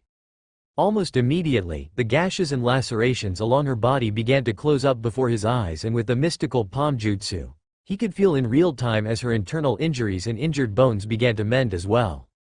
In just 30 seconds, he was done. And all of Tenten's injuries were healed as if they were never there to begin with. Well, the dried blood and shredded clothing spoke for themselves though. Not bad. Daiki grinned, dispelling his jutsu and wiping the sweat that had formed on his forehead from concentration. Experiment success, though he figured it would go that way anyway. Converting the energy of Gelel, star chakra and natural energy into a healing jutsu with his eyes, amplified the healing abilities of the mystical palm jutsu massively. And it only took a small spark of that energy within his seal. He could probably restore lost limbs with this kind of jutsu. It's not really the mystical palm jutsu either at this point, he mused. Well, it was, only amplified, kind of like the sage arts. Shinkugan style. Mystical palm jutsu. Maybe, or maybe just mythical palm jutsu. If he was Minato Namikaze, he'd probably name it something like, the mythical resurrection life revitalizing palm of the immortal starry scarlet turtle heavens jutsu. Now he was half tempted to go with that absurd name just to see people's reactions when he called the name of it out. A groan coming from the bun-haired girl on the bed beside him drew him from his thoughts, and he looked down to see her eyelids fluttering open as she woke. She groaned, before blinking and looking at him. "Daiki? Have a nice rest, sleeping beauty?" he teased, "feeling alright?" For a second she just stared at him, before frowning and giving a disappointed sigh. "So I lost then?" she asked, shoulders slumping in defeat. "More or less," Daiki shrugged, "it was pretty close though." Her frown deepened. "It sure doesn't feel like it. She could have blown me away with that stupidly huge wind jutsu at the end there at any time." Tenten clenched her fists and pushed herself up into a sitting position. "It was all I could do to press her there at the end a bit." "And you almost won because of it," Daiki pointed out. "I was impressed with the chakra strings, by the way. When did you learn to do that?" She shrugged. "I've been working on chakra strings for a good year now, though I'm not all that good with them. Even tried my hand at using puppets once, but I can only control one even with all my fingers," Tenten replied. "After my training with you, my chakra control got way better, and I figured using them like this I could make up for a lack of quality with quantity. But well, you see where that got me," she sighed. "There's no shame in losing to Temari, you know," he assured her. "She's a year older than you and is the oldest kid of the case cage. On top of that, she could only use her wind jutsu like she did because her weapon is a pretty high-grade wind chakra metal. Plus, wind jutsu is one of the worst matchups for you. Hell, she did far better than her other self had at least." Tenten snorted. "A loss is a loss, Daiki. The excuses pretty it up, but I still got my ass kicked." She shrugged. "Though, you seem to know a lot about her. Something you'd like to tell me?" She arched a brow at him and gave him a dry gaze. "She confronted me over making fun of her brothers and village," he admitted. Tenten's arched eyebrows seemed to pierce into him. "And you flirted with her," she accused. "Smartly on her part. Maybe," he shrugged, "though in my defense, she confronted me before you got to the tower." The bun-haired girl sighed. "I'm really gonna need to muzzle you. Maybe get you spayed while I'm at it." Tenten shook her head. "So, how long have I been out? Did I miss the end of the prelims?" "Nah, it's only been about 10 minutes at most," Daiki replied. "I just brought you back here to my room instead of the infirmary to heal you up quick and personally make sure you didn't suffer much." "Oh," she blinked blankly for a moment, before a small smile formed on her lips. "Thanks, I guess, though shouldn't you be keeping an eye on everyone to know what you'll be up against in the third exam?" "Nah," he waved her off. "I already know what everyone taking part in the exam is capable of, and there's nobody here that can beat me." She snorted. "I hope that arrogance bites you in the ass someday. It'll break its teeth trying." He smirked. Tenten shook her head. "So not cute, Daiki," she replied, before sighing and leaning back into the pillow, her arm coming up to cover her eyes. "It's frustrating," she admitted. Daiki was savvy enough to know she wasn't talking about his cocky arrogance. "This time, losing?" he asked, getting to the root of the issue. "Failing to keep up," she replied. "I've always been way below Neji, but even Lee's leaving me in the dust. Guy-sensei has even been teaching him a super special jutsu lately. I train every day, I study my butt off, I collect every type of weapon I can find and learn how to use every single one. But, normal stuff like this can't keep up with a Hyuga genius or the things Guy-sensei is teaching Lee." Did she know it was the 8 gates or not? Daiki assumed she did. After all, to use the Lotus, Lee had to open the first gate, and he wasn't shy in using it last, he remembered. "They're not that special," he assured her. "There's a limit to how far the Byakugan and Gentle Fist can go alone, and Neji's approaching it rapidly, and the gates are full of drawbacks that Lee is incapable of getting around. The best Lee could do was train his body and adapt as best he could to handle the strain. He wasn't like Daiki or even Naruto, who had innate healing abilities that would massively lessen the strain on them from the 8 gates." "You even know about the gates, huh?" Tenten mused, biting her lip. "When you come away with stuff like that so casually, it almost makes me believe you're boasting about being as strong as you say you are." "I'm being truthful. It's not my fault if nobody believes me until they get my foot up their asses," Daiki shrugged. "I suppose seeing is believing, so you can watch me kick everybody's asses in the 3rd round." For a moment, she was silent. Then she lifted her arm from her eyes and looked up at him, her eyes slightly red and puffy. It looked like she had been on the verge of crying in sheer frustration.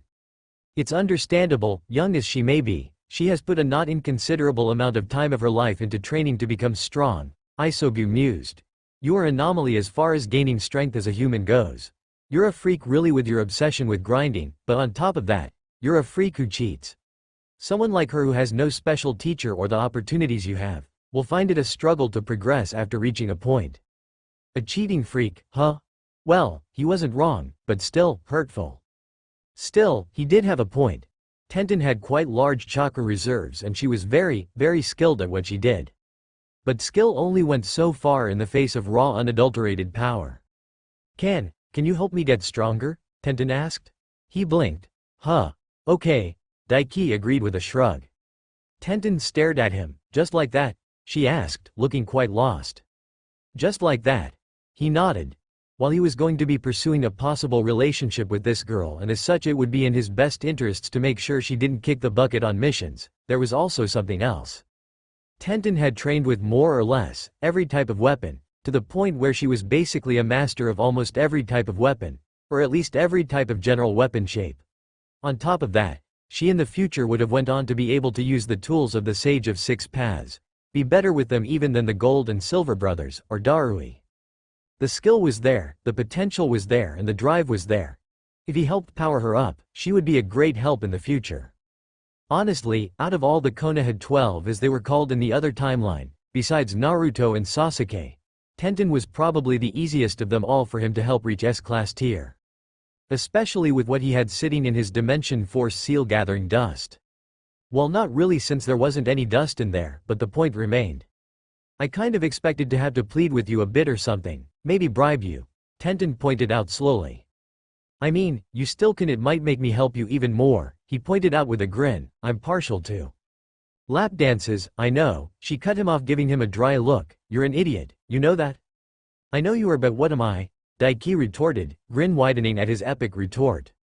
She rolled her eyes and sat up, and then surprised him by promptly standing up, only to sit right down atop him, straddling his thighs, wrapping her arms around his neck. Still an idiot, Tenten replied, before leaning forward and pressing her lips against his. It wasn't some epic passionate kiss, and more really just a chaste press of her lips against his for a few seconds before pulling back and pressing her forehead against his gently, staring into his eyes. Still, thank you, she said gratefully. Jumping the gun a bit, aren't you? He chuckled, wrapping his arms around her waist. You don't even know if my training help will be all that good, he pointed out. That wasn't for the training help, that was just me marking my territory, Tenten snorted. You've got too many girls hounding after you. Since when? His forehead wrinkled in thought. At most he'd flirted a bit with Sakura and Ino, but they were still solidly into Sasuke. Feelings didn't change that easily. Temari thinking he was hot didn't mean she had feelings for him either. Well, he did have that little heart-to-heart with Sakura, he supposed, and she was receptive to his flirting and seemed to have opened her eyes a bit. But that didn't really change anything at the moment. And it wasn't like she knew anything about his arrangement with Anko. Which, now that he thought about, probably wouldn't go anywhere since Tenten was all but saying she wanted to date him right now. He was a lot of things. Many of them bad, such as an asshole, a prick, a serial killer, a thief, a bastard, devilishly handsome. But he wouldn't cheat on someone, unless they were cunts. Well, that sucks. Guess I won't be riding Anko like a pony, but oh well. He withheld a sigh of disappointment. Well, not really a big deal in the grand scheme of things. How do you flirt so easily and so much, yet still be such a dunce about this kind of thing? Tenten arched an eyebrow at him, deadpan look in her eyes. I'm a genius, what can I say? Daiki shrugged and unwound his arms from the older girl's waist, holding one arm up, but since you're big on marking your territory apparently, these will probably fit you best. He focused on the Dimension Force seal and pulled one of the summoning contracts out of it, the huge scroll appearing atop his palm a moment later. What's that? Tenten looked up, confused. A summoning contract I made, he replied, for a pack of giant black-maned wolves. They're big and will get tougher and smarter thanks to the contract, though they need training, so that'll be up to you. What? Tenten stared at him blankly. How the heck am I supposed to train giant wolves? Kakashi owes me instructions on training Ninken, so I'll give them to you, Daiki replied. I'll give you or show you everything you need to do to become super strong. The actual training will still be up to you though. He couldn't hold her hand through it, not when he still had a ton of shit and training of his own to go through. Oh, Tenten blinked. Wait, you're just giving me what amounts to being able to make my own summoning clan, training and all. Like, how do you even make a summoning contract anyway? 'Cause I'm awesome, like I keep saying, he shrugged, and yeah. A lot of what I'll help you out with will have to wait until after these prelims though and during the month leading up to the third exam. What do you mean a month leading up to the third exam? Won't it just be right after the prelims like the others? She asked. Nah, there'll be a month break before it to give everyone a chance to train more and show off to those coming to watch, he replied. That makes sense going by what the Hokage said. Tenten nodded, but how do you know that? Cause I'm the next Hokage. Daiki smirked. Tenten rolled her eyes. If you didn't want to tell me, you could have just said it was a secret. Like anyone will believe that, she snorted. Why was it nobody ever believed him when he told the truth so blatantly? She unwound her arms from his neck and stood up, accepting the scroll from him. Still, thanks for this. She smiled down at him, summoning scroll in her arms. Don't mention it, he waved her off. Just call me Sugar Daddy Daiki. He winked at her. You have some weird fetishes, you know that? She replied blandly. First there was that simpering personality you had me put on, then the lap dance obsession, and now this? It sure was lonely being a genius. Nobody understood his greatness but himself. A few minutes later, Daiki with a whistle on his lips leisurely strolled back through the halls of the tower and back to where the prelims were taking place. When he entered, it was just in time to hear. The next round will be Shino Aburame vs Sasuke Uchiha, Hinata announced. Huh, neat, he got back in time to see Sasuke fight. He noticed though as he jumped back up to the balcony above, that the room was a bit less full than it was before. He couldn't see Kiba, Choji or that stretchy dude from Kabuto's team. He passed by Team 10 on his way over to Team 7 and couldn't even give Ino a wink as he went past. His attention was drawn to Shikamaru. The shirtless Shikamaru whose bare torso was littered with claw marks. Have a wild night, buddy? He asked with a grin. Shikamaru just gave him a bland look, that would have probably be even more troublesome. He replied, no, I just fought Kiba. Him and his puppy were a massive drag to take down. Huh, he beat Kiba? Interesting, Daiki would have pegged Kiba to be the one to win a matchup between those two in an area like this. Where's Choji? He asked. He fought before Shikamaru. Ino shrugged, drawing his attention to her. He fought against that Kabuto guy's teammate, a total freak by the way who could stretch like he was made of rubber, and he choked Choji out. I can't believe Shikamaru is the only one of us to pass this stupid exam. Well, that answered that. You sure took your sweet time coming back, kid. He was distracted by Asuma-sensei speaking up before he could respond to Ino, and after rushing off with Guy's little girl too. Something you want to admit? There was a grin on the bearded man's face, a teasing one at that. He seemed to be rather amused. Yeah, actually, fess up, Ino pointed out at him. Is there something going on with you and that girl? Daiki grinned at her. That's for me to know, he replied, before leaning forward. And you to ... He flicked her on the nose before turning away, continuing on to Team 7. He heard Ino growl behind him and his grin widened. Tenten's fine, he assured Lee and Guy as he passed them as well, before they could ask. So hip and cool, he heard Lee say behind him. Well, look who it is, Mr. Knight in shining armor himself. Kakashi looked up from his book as Daiki approached him and his team. Did your fair maiden give you a reward, smooch? Yes, actually. A very nice one, to be honest, chaste as it was. Not that Daiki was going to mention that when Sakura was standing right there, her head turning away from looking down at Sasuke to him when Kakashi spoke.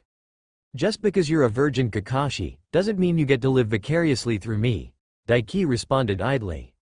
He was really only half paying attention to Kakashi.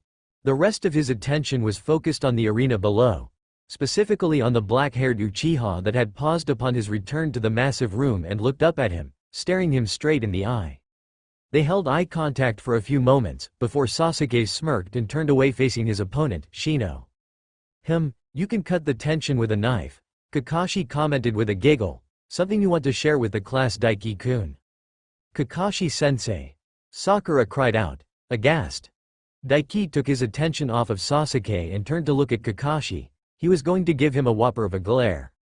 But he could only muster a deadpan stare when he saw Sakura's face was bright red and wearing a warped smile, green eyes glinting with interest as she looked between him and her teammate down below. Daiki sighed internally. He forgot she was actually a total closet pervert and was into that kind of thing, or so Naruto's reverse harem jutsu from the other timeline had him believe. I don't get it, Naruto added, eyes narrowed into thin slits and face scrunched up in thought, making him look a bit like a fox. There's nothing to get, Daiki assured him with a wave of his hand. Kakashi is just a sad sack who's been dateless for so long that he's seen things. Now that's just hurtful, Kakashi shrugged, I smiling all the way, but I'll have you know I see plenty of women. Name one. Daiki snorted. Your mother. Kakashi's grin was so broad it was visible through his mask. Kakashi-sensei, you can't say that. Sakura gaped at the man, head whipping around to stare at the man in shock. I just did, tee-hee. The man giggled, unashamedly. My mother's dead, you know, has been for over a decade. Daiki shook his head, the implication not even fazing him. That says a lot about you, that your go-to is banging a corpse. I'm a man of cultured tastes. Kakashi shrugged his words off again, unlike a child like yourself. More like a man of small ability. Daiki emphasized the word, ability, and gave a roll of his eyes. If he wanted to play it like this, he could do it too. The only way for you to get to a girl's heart is with that Chidori of yours. Kakashi twitched, though it was so quick and so small. Daiki doubted Sakura or Naruto picked up on it. You're one ruthless kid, you know that? He shook his head. You started it. Daiki rolled his shoulders and smirked. I suppose I did. Kakashi nodded, fair enough. And that was that. I don't have any idea what's going on. Naruto was looking even more lost. Sakura nodded right alongside him. I don't get it either, the pink-haired girl admitted and gave them both an odd glance. Why were you insulting each other like that? And bringing up someone's dead mother is just mean, Kakashi-sensei, especially like that. Naruto nodded. Daiki's a cocky dick, but you don't just say that to somebody, Kakashi-sensei. It's nothing personal, kind of. Kakashi chuckled. I'm just doing my civic duty to deflate the ego of one of our up-and-coming valued shinobi before it gets him killed. I just have fun taking the piss out of this guy. Daiki crossed his arms and nodded his head in agreement with the man. Besides, we'd be pretty shitty shinobi if insulting a dead loved one was enough to make us lose our cool. True, Kakashi nodded. For a hormonal cocky little brat you have a remarkable control of your temper. Most in the same situation as you family-wise would have flown off the handle at something like that. Yes, well, he was long since accustomed to yo mama jokes and insults. Anyone who spent any time on the internet needed some thick skin unless they only frequented hug box safe spaces. Naruto grimaced noticeably and opened his mouth to respond, but the whiskered blonde was cut off by Hayate. Shino Aburame vs Sasuke Uchiha. Begin, the proctor called out. As soon as the fight began, both fighters moved in the exact same direction.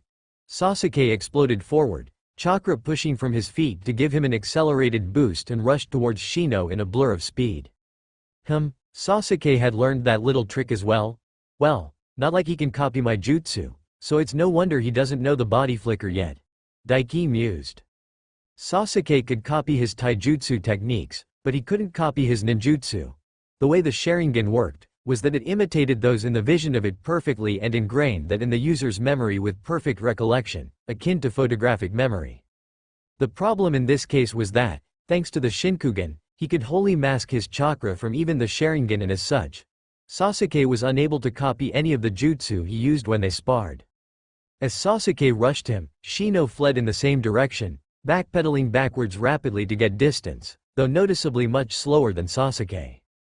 The sunglasses-wearing Aburame lifted his hands up, jacket sleeves spread wide open and a pair of hazy black clouds erupted from his sleeves, each swelling to larger than an adult man and shooting through the air towards Sasuke. Though these clouds were not made of vapor or smoke, but rather tiny buzzing chakra-absorbing insects. Instead of retreating or even pausing to make sense of what was heading his way, Sasuke pushed off up into the air, rocketing up far above Shino, and ran through a blurring set of hand seals, before cupping a hand around his mouth and exhaling. Fire style. Fireball jutsu. Sasuke spat out a massive fireball, easily larger than 3 men put together, and Daiki had to withhold a whistle. It was easily the biggest fireball he'd seen Sasuke fire off. His chakra capacity has increased noticeably after being exposed to the cursed seal, just like yours did initially, Isobu commented. True, that did make sense. Not only was the fireball big, but it was fast as well. Shino had no choice but to cut off his backpedaling and rushing to the side, fleeing the attack that slammed into his previous position and exploded against the tiled floor into a wave of flames that washed outwards in all directions. Shino had to jump a split moment later to dodge that secondary effect, leaving him in midair. If only for a moment Sasuke took advantage of. The Uchiha had already landed and shot towards him, flicking his wrist and sending a bevy of shurikens spiraling through the air towards the bug user. The Uchiha didn't even seem winded from his fireball jutsu. By my estimates, his chakra capacity is currently around what yours was when we first met, Isobu added. That wasn't bad at all. If he remembered right, when they first met, his chakra capacity was approaching 50,000 and was in the Jonin tier. Shino drew a kunai in the blink of an eye and parried the shuriken coming his way, diverting them from slicing into his body. But it kept his attention busy for a split few milliseconds, which were precious when it came to ninja on ninja combat. Even academy brats barely out of their toddler years could outpace a sports car back from the other world after all. And Sasuke was far faster than one of them. Faster now even than he originally would have been. And Shino didn't seem to have changed at all. In parrying the shuriken, Shino lost sight of Sasuke, though Daiki did not. The Uchiha circled around in a blur, getting around the bug user as he turned, right in time for Sasuke to spring forward launching a high kick that caught the bug user under the chin. Ho! Daiki's eyebrow rose in interest as Shino rocketed up into the fair from the force of the blow, laying prone and airborne up above. And Sasuke used that chance to push up off of the leg he'd sprung off of to kick Shino and shoot up into the air after him. That's, he heard Lee shout in shock. Yep, shadow of the dancing leaf. Though, imperfect by the looks of it. It did get him into Shino's blind spot though, and Sasuke took supreme advantage of that, hooking a leg around Shino's waist from behind and spinning them both around before lashing out with an elbow that caught Shino in the throat as he tried to retaliate with the kunai in his hand. The bug user choked and Sasuke took his chance to launch into a barrage of revolving kicks all over Shino's body on the way down, before finishing with a handstand atop the other boy's head and driving a double mule kick straight into his torso, smashing him into the ground. Shino didn't stand a chance. Sasuke sprung off of their former classmate's head and landed lightly on his feet, dusting off his hands and looking away from the prone boy. Instead of paying attention to Shino whom he just defeated, the boy looked at up Daiki and smirked at him. He could practically feel the smug confidence radiating off the boy and he understood exactly what he was saying even without words. You're next. Nobody said a thing for a few moments, until a good 5 or so seconds passed without any motion from Shino. After all, the chance was there that the boy had switched out with a bug clone. Though of course he hadn't. That was why Sasuke wasn't paying attention to the boy. He would have noticed thanks to his Sharingan if he had. They weren't shadow clones after all. Winner, Sasuke Uchiha, Hayate declared then. Yeah, way to go Sasuke-kun. Sakura whooped, cheering him on. Damn, that bastard looked way cooler out there than me. Naruto crossed his arms and complained. Though there was a smile on his face even as he complained. With his win announced, Sasuke smugly walked his way over to the stairs and up to the railing above instead of just jumping up at a leisurely pace while the medics came in to take Shino away. As that happened, Hayate looked to the huge electronic screen at the end of the room just as it lit up again and landed on 2 familiar names. Kankuro vs Hinata Hyuga. Huh, well that was an interesting change as well. Looks like the quiet girl is up. Hababa right? Sasuke noted as he approached, smirk still plastered over his face. Hinata. Daiki absently corrected him. His eyes were on the midnight blue-haired girl, so very different from the one who would originally fight in this place against her cousin. Kankuro had a huge smirk of his own on his face as he swaggered down, supremely confident. Hinata though, walked at a measured pace, face blank and head held high. If it was the her from before, she'd be shrinking away from all the eyes on her. That's what I said. Sasuke shrugged and stood beside him, leaning on the railing. Looks like she's up against that loser from the sand as well. He wasn't that impressive when we ran into him. Let's see if this girl has actually become worth anything. I'll be disappointed if she loses pathetically after training with you. You will? Daiki raised an eyebrow. He didn't think Sasuke had all that of an interest in her. In you? Sasuke's smirk grew. If she can't even beat this clown, your teaching abilities are obviously subpar and you'll never make it as a Jonin sensei in the future. Who said anything about me wanting to be a sensei? Daiki raised an eyebrow, actually confused. Weren't you bragging about your little apprentice to me before, Hitachi or something? Sasuke raised an eyebrow right back at him. Hanabi. Daiki corrected him on reflex. Same difference, Sasuke shrugged. Daiki gave him a deadpan stare, before making a single hand seal while Sasuke leaned against the metal railing, arms spread out confidently. He must have thought he looked cool like that. And would no doubt have been the epitome of casual uncaring badassery, if not for the doodles that popped up on his face, mustache, glasses, inky dick, jizz and all. Naruto erupted into laughter. The heck are you laughing about? Sasuke looked to Naruto, his second eyebrow joining the second. Naruto only laughed harder. Kakashi tittered. Sasuke-kun.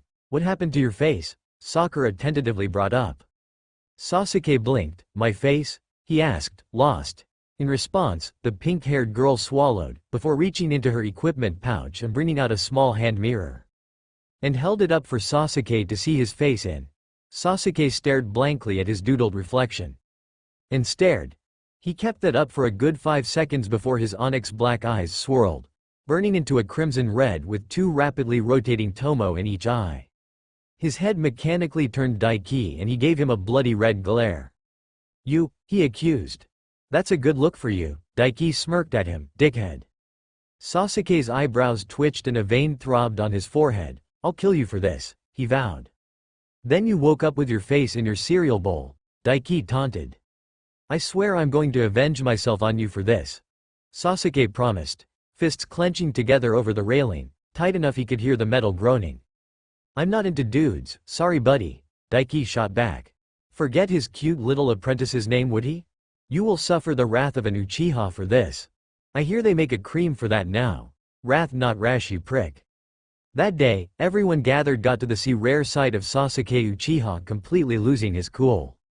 To be fair Sasuke, it's not nice to forget people's names like that. Kakashi happily piped in.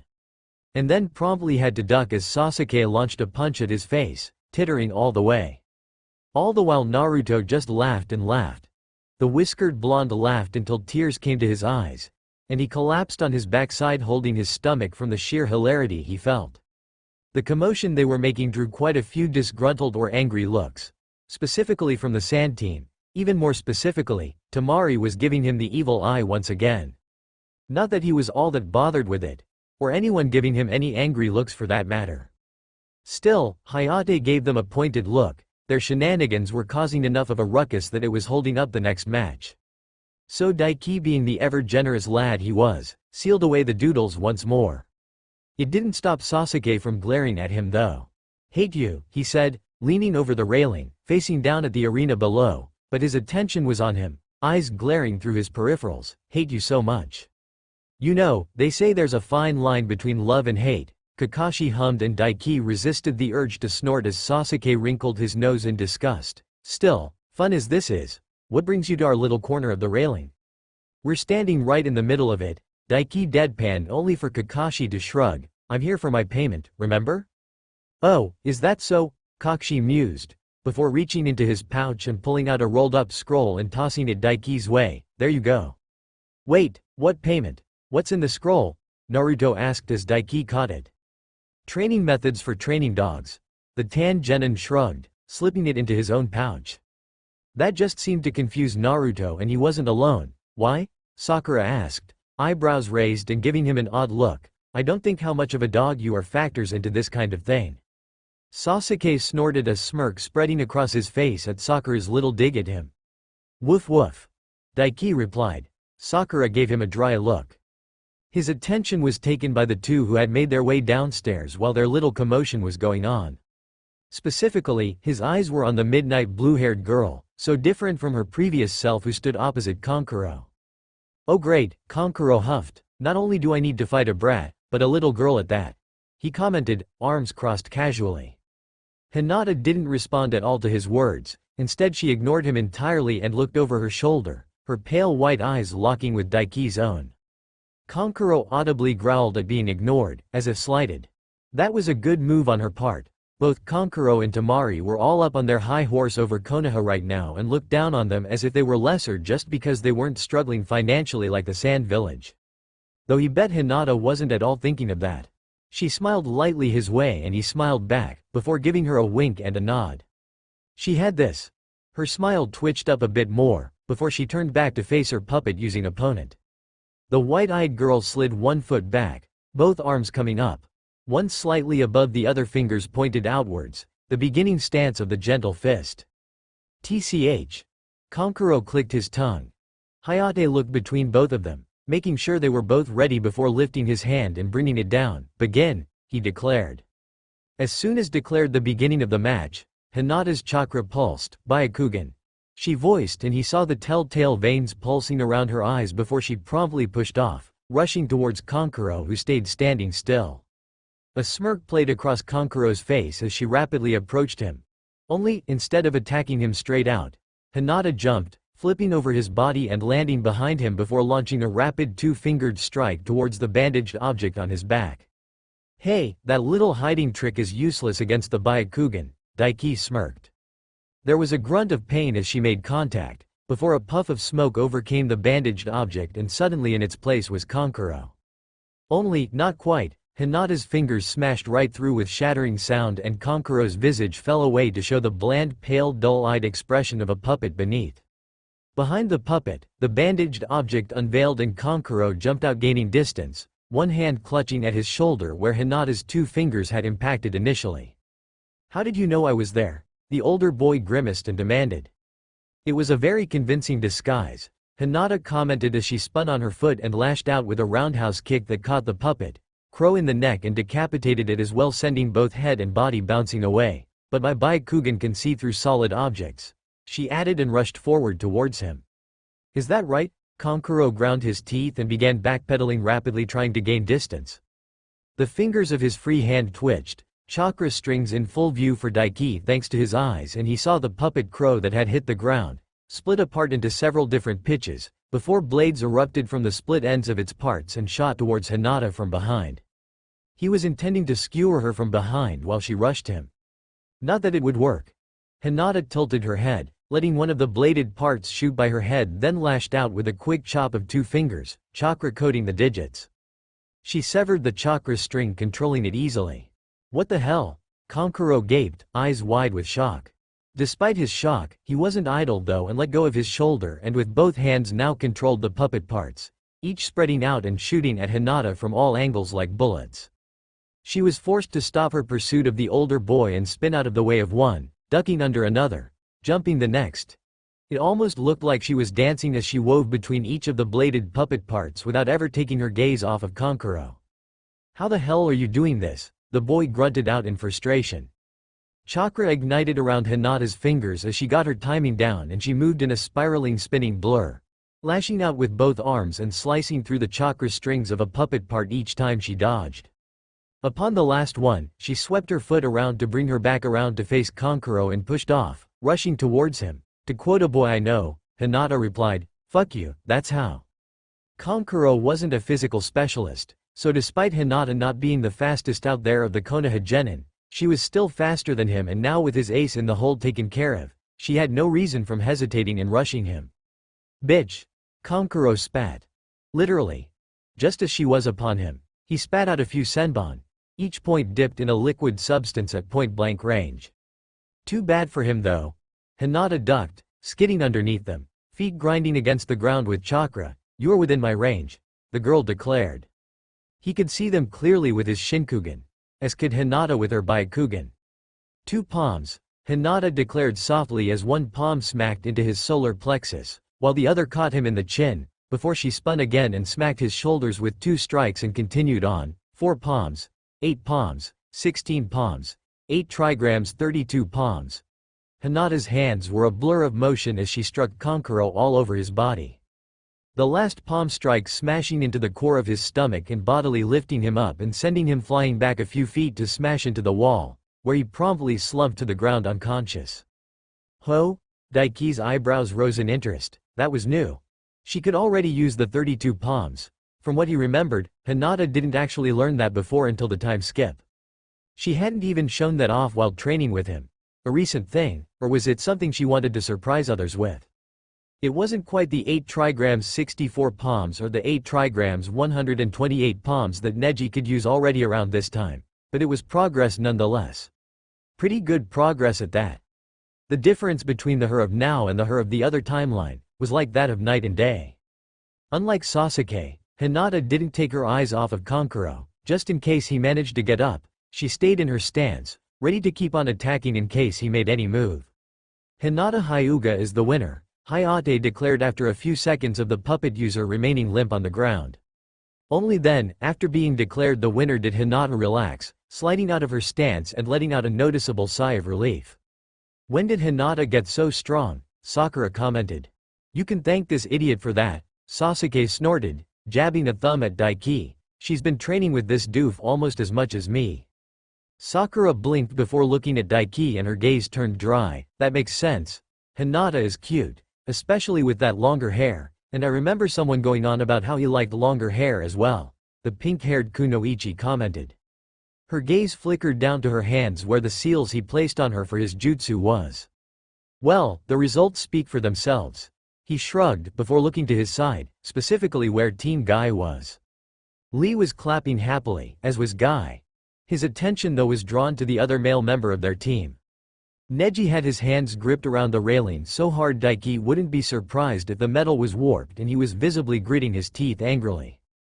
Dude needed to take a chill pill, man. That could be a problem though. Neji is pretty strong and a great ally to him, but with this, Naruto isn't exactly gonna get the motivation to kick his ass and remove that huge stick from it, he mused. So would he have to take care of that then? But Naruto's message had a much bigger impact because of how much of a failure Naruto himself was considered. Despite never actually being one, just poorly trained and ignorant. Well, it would be something he needed to look into at least. His eyes drifted from Neji to Hinata, who was making her way back up after being declared the winner. Her eyes were on him as well. He flashed her a thumbs up and a nod.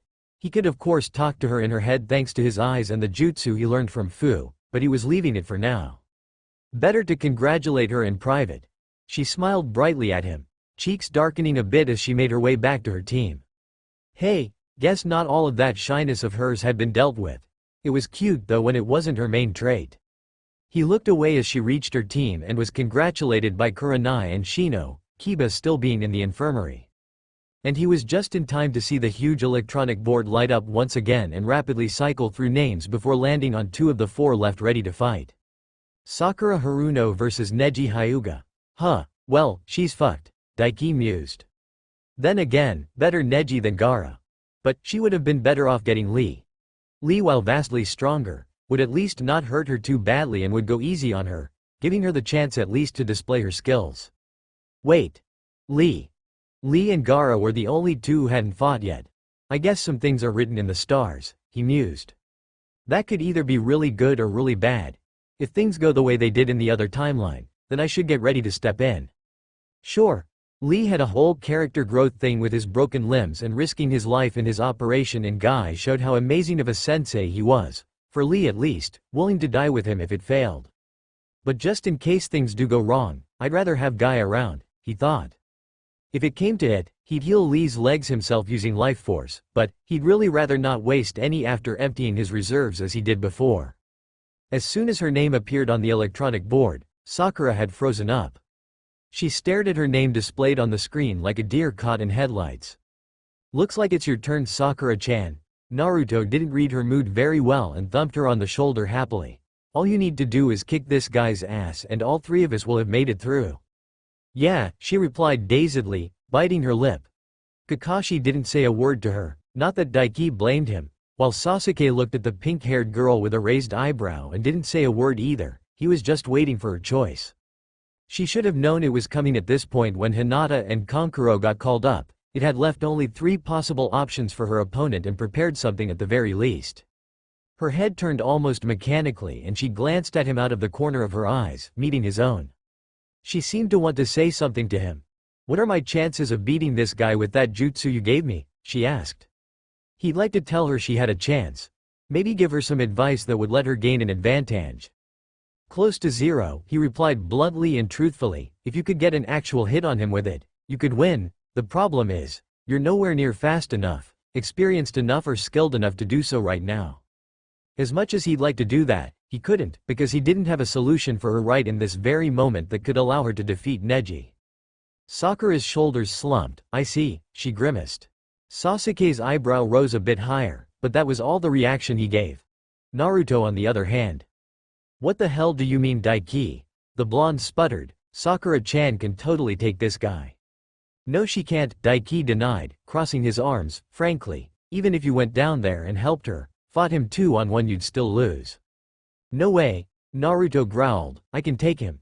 He declared, but even as he did, Daiki caught his blue eyes flickering over to Lee, who was cheering Neji on as the Hyuga made his way down to the arena and grimacing. Yeah, Naruto should already be aware right now that he couldn't beat Lee right now and that Lee had declared that Neji was stronger than him. So bluster then? Hyping himself up because nobody else would.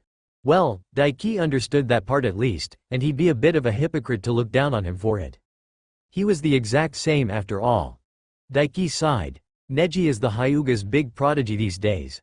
As far as taijutsu goes, there probably isn't any genin here more skilled than him right now. I think I'd even lose out to him, he informed, looking at Sakura. He'd give her this much at least and see what she made of it. His Byakugan allows him to see chakra, through solid objects, have 360-degree vision, meaning he pretty much has no blind spots and see far off into the distance. On top of that, his taijutsu style is the gentle fist. One poke of his fingers can close your tenketsu and lock down your chakra and stop you from using it.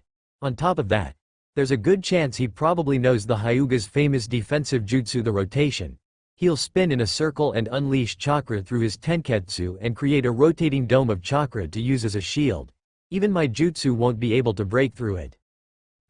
Sasuke smirked as he digested the information for Sakura himself while Naruto clicked his tongue. That's bullshit, Sakura huffed, giving him a dead look. There's no way I can win this. Right now, yeah, you've got little chance. Daiki agreed with her, before reaching forward and placing a hand on her shoulder and giving it a soft reassuring squeeze. If you had an extra year under your belt like he did, I'd give you much better odds, but sadly life isn't convenient like that. Best advice I can give you? Just do your best. Show off your skills and try to earn your promotion. Winning isn't the only thing that matters here. Oh right. Her pretty emerald green eyes widened in realization and she nodded. That's much more doable, she agreed. Get in there then and show us what you can do, he grinned lightly. She returned the look before leaving them behind and making her way down to the arena to face off against Neji. Quite the pep talk, Kakashi commented as she left, not even looking up from his book now that she was gone. And as usual, your knowledge is something else. It's really not, Daiki snorted, rolling his eyes before glaring at the man, but just as usual, I'm doing your job for you. Why didn't you speak up and give her advice? Kakashi shrugged. Her best option is to surrender here and try again another time. This was just bad luck on her part. Maybe if you did your job properly she would have had a better chance. Sasuke cut in with a huff. Kakashi rolled his singular visible eye at them. You do realize being a Jonin sensei isn't about teaching you all jutsu and the like, right? That's something you can learn on your own time. The elite Jonin pointed out. My job is to get you guys experience on the job. Show you how to do your jobs and make sure you don't die on the way. Teaching new jutsu isn't required for that. Getting taught new jutsu is not a privilege you're entitled to. Excuses, Daiki scoffed, you're just a lazy bastard. Well, you're not wrong. Kakashi shrugged the accusation off. Daiki rolled his eyes and looked away from the scarecrow-looking Jonin and turned his attention to the pink-haired girl making her way down to the arena. She was going to have a hell of an uphill battle, that was for sure. But if she can just make some decent moves, and then, he paused as a thought came to mind. He extended his chakra outwards in a rippling wave, directing it towards Sakura while he focused chakra to his eyes. Sakura, he said with the chakra transmission jutsu he learned from Fu. Sakura froze in her steps for a moment before continuing on. Daiki, she replied. Yeah, he said, look, I've already told you pretty much all you need to know, but if you want to maximize your chances for a promotion to Chunin, I've got a decent idea for you. If Shikamaru could be promoted for it, then despite how much he disliked it, then he would take advantage of it. How? The pink-haired girl asked. Just go with any plan that fits what you've decided on from everything I told you, he replied. Show everything you can, and that's all. When you're totally out of options, just surrender. Surrender, but won't that make me look like a coward? She asked in her thoughts. To some, he confirmed, but to others looking too much into it, they'll see you making the smart choice to disengage from an enemy you can't defeat and it'll put marks for maturity and intelligence in your favor. Ah, right, just like what Iruka-sensei said about heaven and earth, neither one is good enough alone. I can't just be strong. I have to smart as well, the pink-haired girl replied in realization. Right, I can do this, thanks. Don't mention it, I've got your back, he waved her off. Hey, you've made no attempts to hide that, she giggled. Daiki raised an eyebrow at her words, before shrugging them off and cutting off the flow of chakra. Moments later, Sakura took her place across from Neji and wasted no time falling into a loose ready stance that would allow her optimal chance to spring forward or backwards depending on how things went. Neji in contrast gave her a dispassionate glance, his arms crossed in an almost bored fashion. He wasn't taking her seriously at all. Not that Daiki could blame him, there wasn't much Sakura could do to him at this point in time without him being taken utterly by surprise. Hayate looked between them and nodded before lifting his hand into the air and bringing it down. Sakura Haruno versus Neji Hyuga, begin, he declared aloud. For a moment, none of them made a move. Sakura was tense, ready to move at a moment's notice, but Neji didn't. Make a move. This is foolish, the older white-eyed boy scoffed. You should just surrender while I'm feeling generous, you have no chance at all at defeating me. I won't know that unless I try, the pink-haired girl replied tightly. Neji scoffed again, utter stupidity, I have already seen all you are capable of and you fall vastly short of the level needed to even make me sweat, he replied, the only thing of note you have to your name is one singular jutsu that was given to you by someone else. A jutsu you can't even use without hurting yourself. Do yourself a favor and accept your fate and give you. As Neji was getting into his insulting tirade, still not taking the girl seriously at all and demeaning her with every word. Sakura used that chance to act. Her right arm, extended outwards, was flicked into a rapid jab. It wasn't anything blindingly fast and was actually very slow by Daiki and even Neji's typical levels. But it wasn't meant to be anyway. Chakra rippled and a split moment later, a large compressed shock wave of pure force erupted from her fist and tore through the air towards Neji rapidly. An audible crack echoed through the room as Sakura's wrist once again snapped from the sheer force behind the jutsu and the girl gave a muffled scream of pain. Sakura chose the perfect time to attack and took advantage of Neji's arrogant grandstanding. Neji's eyes widened as the jutsu was on him in a split moment and quickly he spread his leg back, arms going outwards and wide before rapidly rotating like a spinning toad. Chakra sparked into existence, howling out of his tenketsu and forming around him into a large spiraling dome. The shock wave slammed into the dome of chakra and an explosion of sound blanketed the room, drowning out everything else for a few moments. What the heck was that? Naruto sputtered as the jutsu was dispersed. It looked just like your jutsu Daiki. Daiki barely paid attention to the blonde Jinchuriki, instead his eyes were on Sakura. She hadn't stayed idle. As soon as Neji started spinning and unleashed his ultimate defensive jutsu, she rushed towards it, even as her right arm dangled useless at her side. Smart. He nodded approvingly. After all, Neji, arrogant as he was being in regards to Sakura and not taking her seriously, hadn't activated his Byakugan yet, so his vision was currently obscured within his jutsu and he couldn't see her getting close. When Neji spun to a stop and his dome shield of chakra flickered away, it was just in time for Sakura to reach him, getting within just a few feet of him. Neji's eyes widened in shock as the pink-haired girl once again took advantage of him not taking her seriously and threw a rapid punch out with her remaining non-damaged arm. Shanaru, the pink-haired girl roared. Once again the air rippled as a massive concentrated shock wave of pure force erupted from her fist at near point-blank range. Normally, this would have been the end. Even as Sakura's second wrist snapped and the force of the jutsu jettisoned her back, this should have been checkmate. The problem though was in the sheer speed difference between her and her opponent. On seeming instinct alone, Neji spun, chakra erupting and roaring forth from his tenketsu. He didn't manage to form a shield of chakra even half the size of his previous one, but it did do its job. Even if the force still traveled through. Neji gagged noticeably as pure force slammed into his stomach and bodily lifted him into the air and threw him back, the chakra forming around his body bursting apart. It hadn't been properly formed after all. Neji spun through the air before landing on his feet over 20 feet away, clutching at his stomach and glaring fiercely at Sakura, who had landed in a crouched position, pain visible on her pretty face as her arms hung limp at her sides, already purpling deeply with bruising. TCH, taking advantage of me speaking. How trivial, the Hyuga scoffed, though a decent plan for trash like yourself. It doesn't change that it is my fate to defeat you. He added, letting go of his stomach and narrow his eyes. Veins visible throbbed around his eyes and his white irises became more pronounced as he activated his dojutsu. He was just about to spring forward towards Sakura, no doubt rushing her down before she could even do anything and give her a mighty beat down. Only, he never got the chance. I give up. The pink-haired girl took Daiki's advice and surrendered. What? Neji was so shocked by the call that he actually stuttered forward a step. What? Naruto shouted. Sakura Haruno has surrendered. The winner is Neji Hyuga.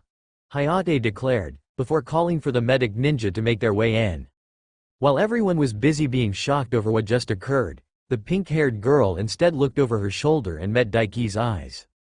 He smirked and gave her a nod of approval. It was a very, very short bout, but it went a long way to showing Sakura's strengths and few of her many weaknesses. Clever girl. He broadcasted to her with his chakra.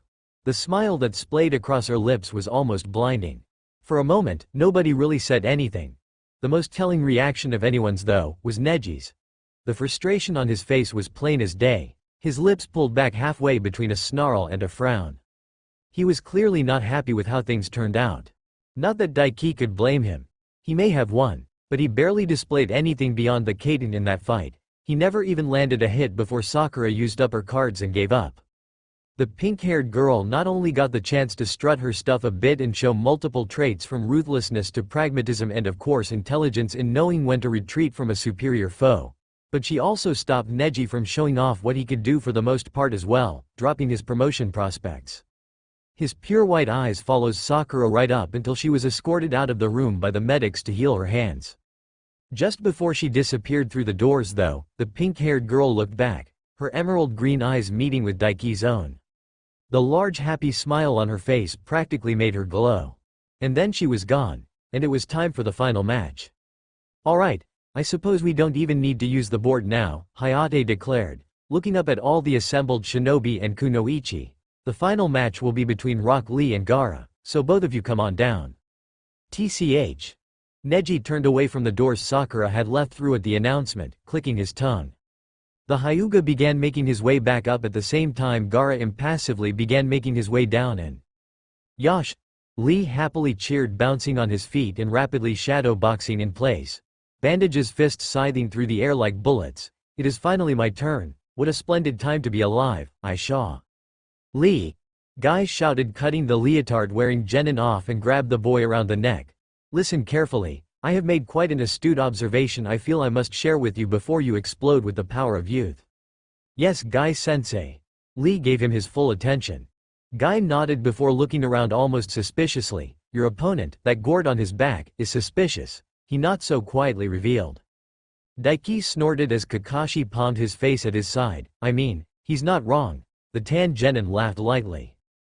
Guy was always a riot. In small doses. Neither Lee nor Guy seemed to notice all the dry gazes sent their way. Especially since, Guy-sensei, thank you for your wisdom, I shall keep your words in mind. Lee happily took his words. Oh Lee. Guy swept the boy into a tight hug, tears streaming from his eyes. Guy-sensei. A hug that Lee was all too happy to return, tears budding in his eyes as well. These guys are weirdos. Naruto commented. Like you're one to talk, Daiki snorted. And the hell is that supposed to mean? The blonde turned to him with a glare. You're the one who likes turning into a hot busty female version of yourself. Daiki shrugged. Hot huh? Naruto snorted back at him. Can't be weird if it works. Daiki opened his mouth to respond, before pausing. That was pretty sound logic to be honest. Not something he'd ever do, but the blonde wasn't wrong. No, it's still weird, dumbass. Sasuke scoffed. Shut the fuck up, bastard. Naruto gave a sneer. You're just saying that cuz, you know you'd never be able to match up to my sexy jutsu even if you did know it. As if, Sasuke growled, stepping forward to glare straight into the shorter, stockier blonde's eyes. I could do it far superior to you. I just won't lower myself to such stupidity. Are they seriously basically arguing about who would be hotter as a chick? Daiki thought blandly. Ma, calm down girls, you're both pretty. Kakashi interjected with an eye smile. How the fuck did he even do that? It was kind of creepy actually. Shut up, Kakashi-sensei. Both Uzumaki and Uchiha snapped at him together with twin glares of sapphire and onyx. Kakashi merely laughed and looked back down to his book. It was a good question to ponder though. I wonder if a female Sasuke could actually measure up to Naruto. Daiki mused inwardly. And what would his female version even be called? Sasuke? Satsuki? Whatever the case, Sasuke would have an uphill battle. If Naruto was actually Naruto, Daiki would have been all over her.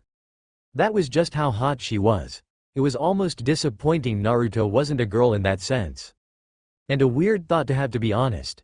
Thankfully one he didn't need to ponder long, thanks to Lee leaping from the platform they were standing on to land below facing opposite Gaara. Gaara-san.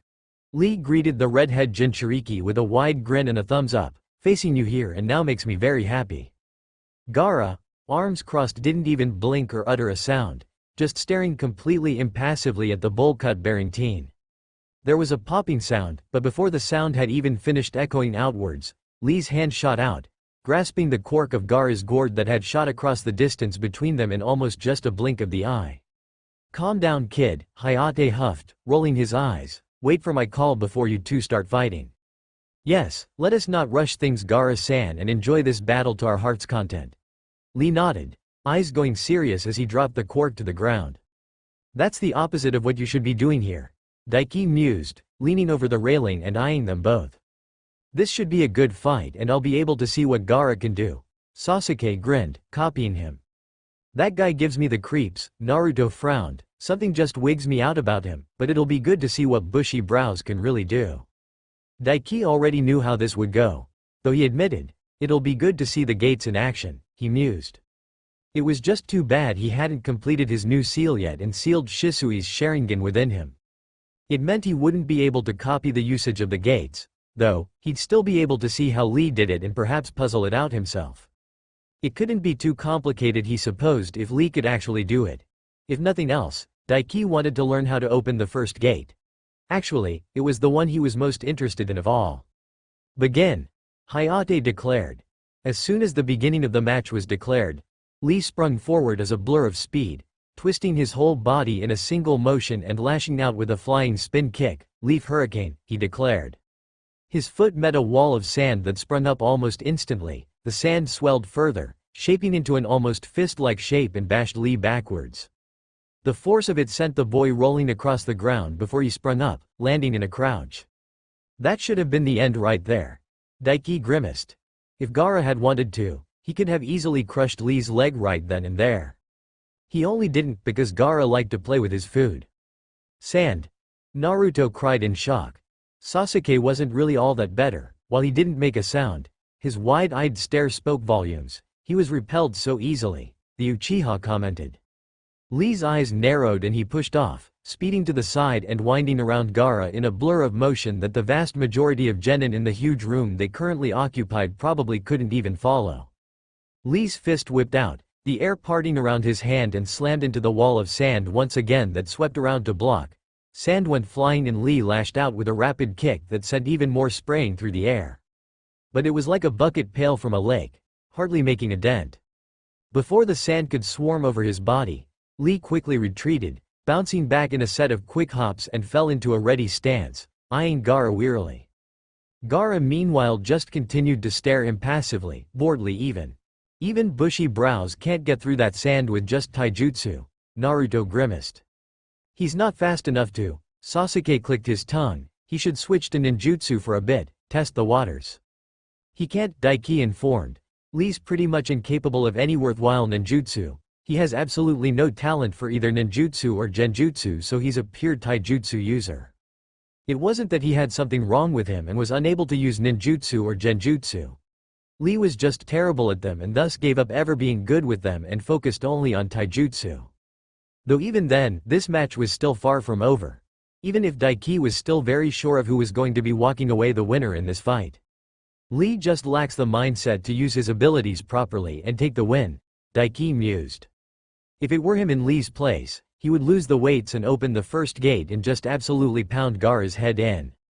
No hitting him all over and wearing him down, he'd just target the same spot over and over again and crush his skull. It would not only be the best way to deal with that sand armor, but it would also pose the least risk with using the gates themselves before he could handle them. And Lee couldn't handle the upper gates as he was right now. His body wasn't strong enough to withstand them currently. Even beyond the damage Gaara had done to him, the most damage had been done to Lee by himself. How boring. Gaara commented for the first time and lifted his hand towards Lee. As he did, The sand around him surged out rapidly and shot towards the older genin, who quickly sprang away, jumping up to the top of the giant hand statues, making the seal of reconciliation to escape the wave of sand. "Lee, take them off," Guy shouted as he landed. He should have taken them off from the very beginning. Daiki scoffed inwardly. As much as he found Lee a pretty cool guy, that didn't change that his choices were stupid, and he put himself at a handicap for his opponent with those weights. A massive negative black mark towards a promotion. Lee, after all, was the complete opposite of Shikamaru. While Shikamaru had the intelligence to be a chunin but lacked the strength and ability, Lee had the strength for it, but not the mentality. "But Guy-sensei," Lee shouted back, completely taking his eyes off of his opponent, "you said I must never take them off unless defending someone or something precious." "It's okay, Lee, I approve of it in this instance." Guy grinned and flashed him a thumbs up. This was stupid. He'd loved this fight before. But watching it here in person, and being as he was now, it was frustrating him. He's a fucking shinobi, why would he never take his weights off unless for something like that? Daiki scoffed inwardly, hands gripping the railing to tightly the metal of it warped beneath his grip. He was lucky to never have been killed from that sheer stupidity, and even as he sat down to take off his weights, completely disregarding Gaara still, Daiki couldn't help but shake his head. The only reason he was even getting the chance to take them off right now was because Gaara had stopped attacking and was eyeing him with curiosity. If the redhead Jinchuriki was as pragmatic as he was ruthless, he'd just keep attacking and not give Lee the chance to show off. He was a freaking sitting duck right now. Watching this right now, Daiki came to a conclusion. Lee was far more stupid than Naruto ever was, and it was a wonder he ever made it to Chunin. "Yosh, here we go." Lee stood up after a second, carrying his weights in hand, before promptly dropping them. There was a mass of widening eyes as they slammed into the ground and sent debris flying as they created a pair of huge craters from their sheer weight. Another stupid move. Daiki scoffed inwardly again. Seeing how easy he could carry them, he should have thrown them as hard as he could. Their sheer weight would have forced quite a bit of the sand to Gaara's defense and left his back just a bit more vulnerable. "What the hell?" Naruto gaped. "Aren't you overdoing it, Guy?" Kakashi mused dryly, looking over at the leotard-wearing sensei. Guy merely laughed. "Haha, that's the way, Lee, explode," he cheered. "Yes sir," Lee called out, crouching down into a runner's position, one leg pulled back, both hands placed on the ground statue and leaning forward. And then he took off, shooting towards Gaara with all his strength and speed, his body accelerating like a tightly compressed spring suddenly being released from a tight hold. The first thing Daiki noticed, that it was not at all subtle or gentle. The sheer force the older leotard-wearing genin took off with, shattered the top of the statue he was standing atop, and the air itself exploded with a sonic boom from his sheer speed. He crossed the distance in a split moment, getting behind Gaara before the red-haired Jinchuriki could react. His sand was not so slow though. A wall of sand rose up just as Lee's fist shot forth like a bullet, aiming for the back of Gaara's head. It wasn't quite fast enough though, and was too thin to stop the full speed and power behind the blow, and Lee's fist went straight through it. It was just enough though to slow Lee's blow down for more sand to rise up. Seeing that, the older genin quickly pulled his hand free and moved in a blur, circling around Gaara and launching out with a spin kick aimed at his head as the Jinchuriki turned to his back, already a step behind. Once again a thin wall of sand rose up and blocked the blow, but not enough to stop it from going through. And then Lee once again disengaged and juked around to Gaara's right as the redhead whirled around to face his front, another blazingly fast punch aiming for his cheek, which was once again softened by a thin wall of sand, forcing the bowl-cut sporting shinobi to circle around to the other side. "Holy crap, he's so fast I can't even see him move," Naruto voiced in shock, blue eyes wide in disbelief. Sasuke at his side said nothing, but his eyes were just as wide, Sharingan shining brightly. Daiki crossed his arms as he watched Lee zip around Gaara, probing his sand defense with powerful rapid blows, switching to another point with each blow. "I'm faster," Daiki noted for one. Not by a massive amount, but he was faster than Lee was. The second thing he noticed was that Lee wasn't at all used to moving at the speeds he was currently moving at. He could see some lingering hesitation in his attacks, some almost amateurish movements here and there despite the older boy's obvious skill. He's not used to fighting without his weights, Daiki mused. Which was to be expected considering the rules Guy had set for him. He probably only had a little experience sparring with Guy and possibly his teammates without his weights. But nothing more than that. And his inexperience with his current unhindered abilities shone brightly to Daiki's eyes. He was so fast Gaara's sand was having trouble keeping up and only barely managing to get a meager defense in place. Lee's blows were fast and heavy, each one capable of piercing through that meager defense. Yet, he never committed fully to his blows. He backpedaled every time he met resistance, coming from a different angle and trying to overwhelm the reaction time of the automatic sand defense. And while it was working, albeit slowly, with the sand defense, bit by bit putting up less of a defense, he could have gotten through from the very first blow if he just committed to it. He was draining his own stamina unnecessarily and giving Gaara time to adapt at the same time. Finally though, Lee, having worn down the sand defense, flipped and accelerated, coming around to Gaara's front and spun over the thinnest shield of sand, rushing to his defense yet and brought a back heel kick down atop Gaara's skull. Lee's own momentum from the kick not only sent the bowl-cut sporting boy skidding back out of any retaliatory range, but sent Gaara skidding the opposite way as well, the redhead only kept upright by his sand. Hee. Guy puffed his chest out proudly. In terms of speed, there's not a single genin here that can keep up with Lee. All around Daiki could see people staring wide-eyed down at the boy. None more shocked than Temari, who was gripping the railing she was standing behind tightly and staring down at the spectacle below, gobsmacked. There was a cracking sound that echoed audible as a fissure ran up Gaara's cheek. "I'm faster," Daiki announced with a shrug. Honestly, he was actually a bit disappointed this was all Lee amounted to. He could be so much more right now if he just was smart about things and trained more without his weights on to get used to his speed. What use was all that speed and strength if he couldn't even use it properly? He felt many an eye on him after his announcement, but his eyes were more focused on somebody else. Specifically the sandy blonde on the other side of the room, whose wide-eyed stare shot to him at his announcement. "Of course you are," Sasuke scoffed, shaking his head at his side. Lee shot forward then in a blur of motion and for once, put his all in and committed fully. Gaara's sand wasn't fast enough to mount a large enough defense to block him before the older boy's fist smashed into his face and sent him flying back. Still, that was it. Lee didn't follow through. What a punch, I couldn't see him at all. Shikamaru voiced in shock. "Wait, what?" he followed with a sound of confusion a second later. Gaara's sand stopped him from falling, or taking any damage for that matter. The fissure on his face had opened up, fully displaying skin beneath. Despite the power of Lee's punch, the sand armor had blocked it. And Gaara had suffered no damage beyond that, because despite Lee's strength, the force behind it wasn't enough to rattle the redhead even through his armor. He should have followed through and just bullied him into the ground and keep attacking. Daiki shook his head. Not only was Lee hesitant to fully commit and inexperienced with his own abilities, he lacked the true edge to ruthless decimate his opponents. It wasn't at all a lack of ability or skill that held Lee back at all. It was his mindset. Right in this very moment, before Gaara could recover, Daiki in Lee's place would have opened the first gate and just hammered him with all his strength and not give him any chance to recover. Whoa, his face broke off. "The hell?" Naruto exclaimed.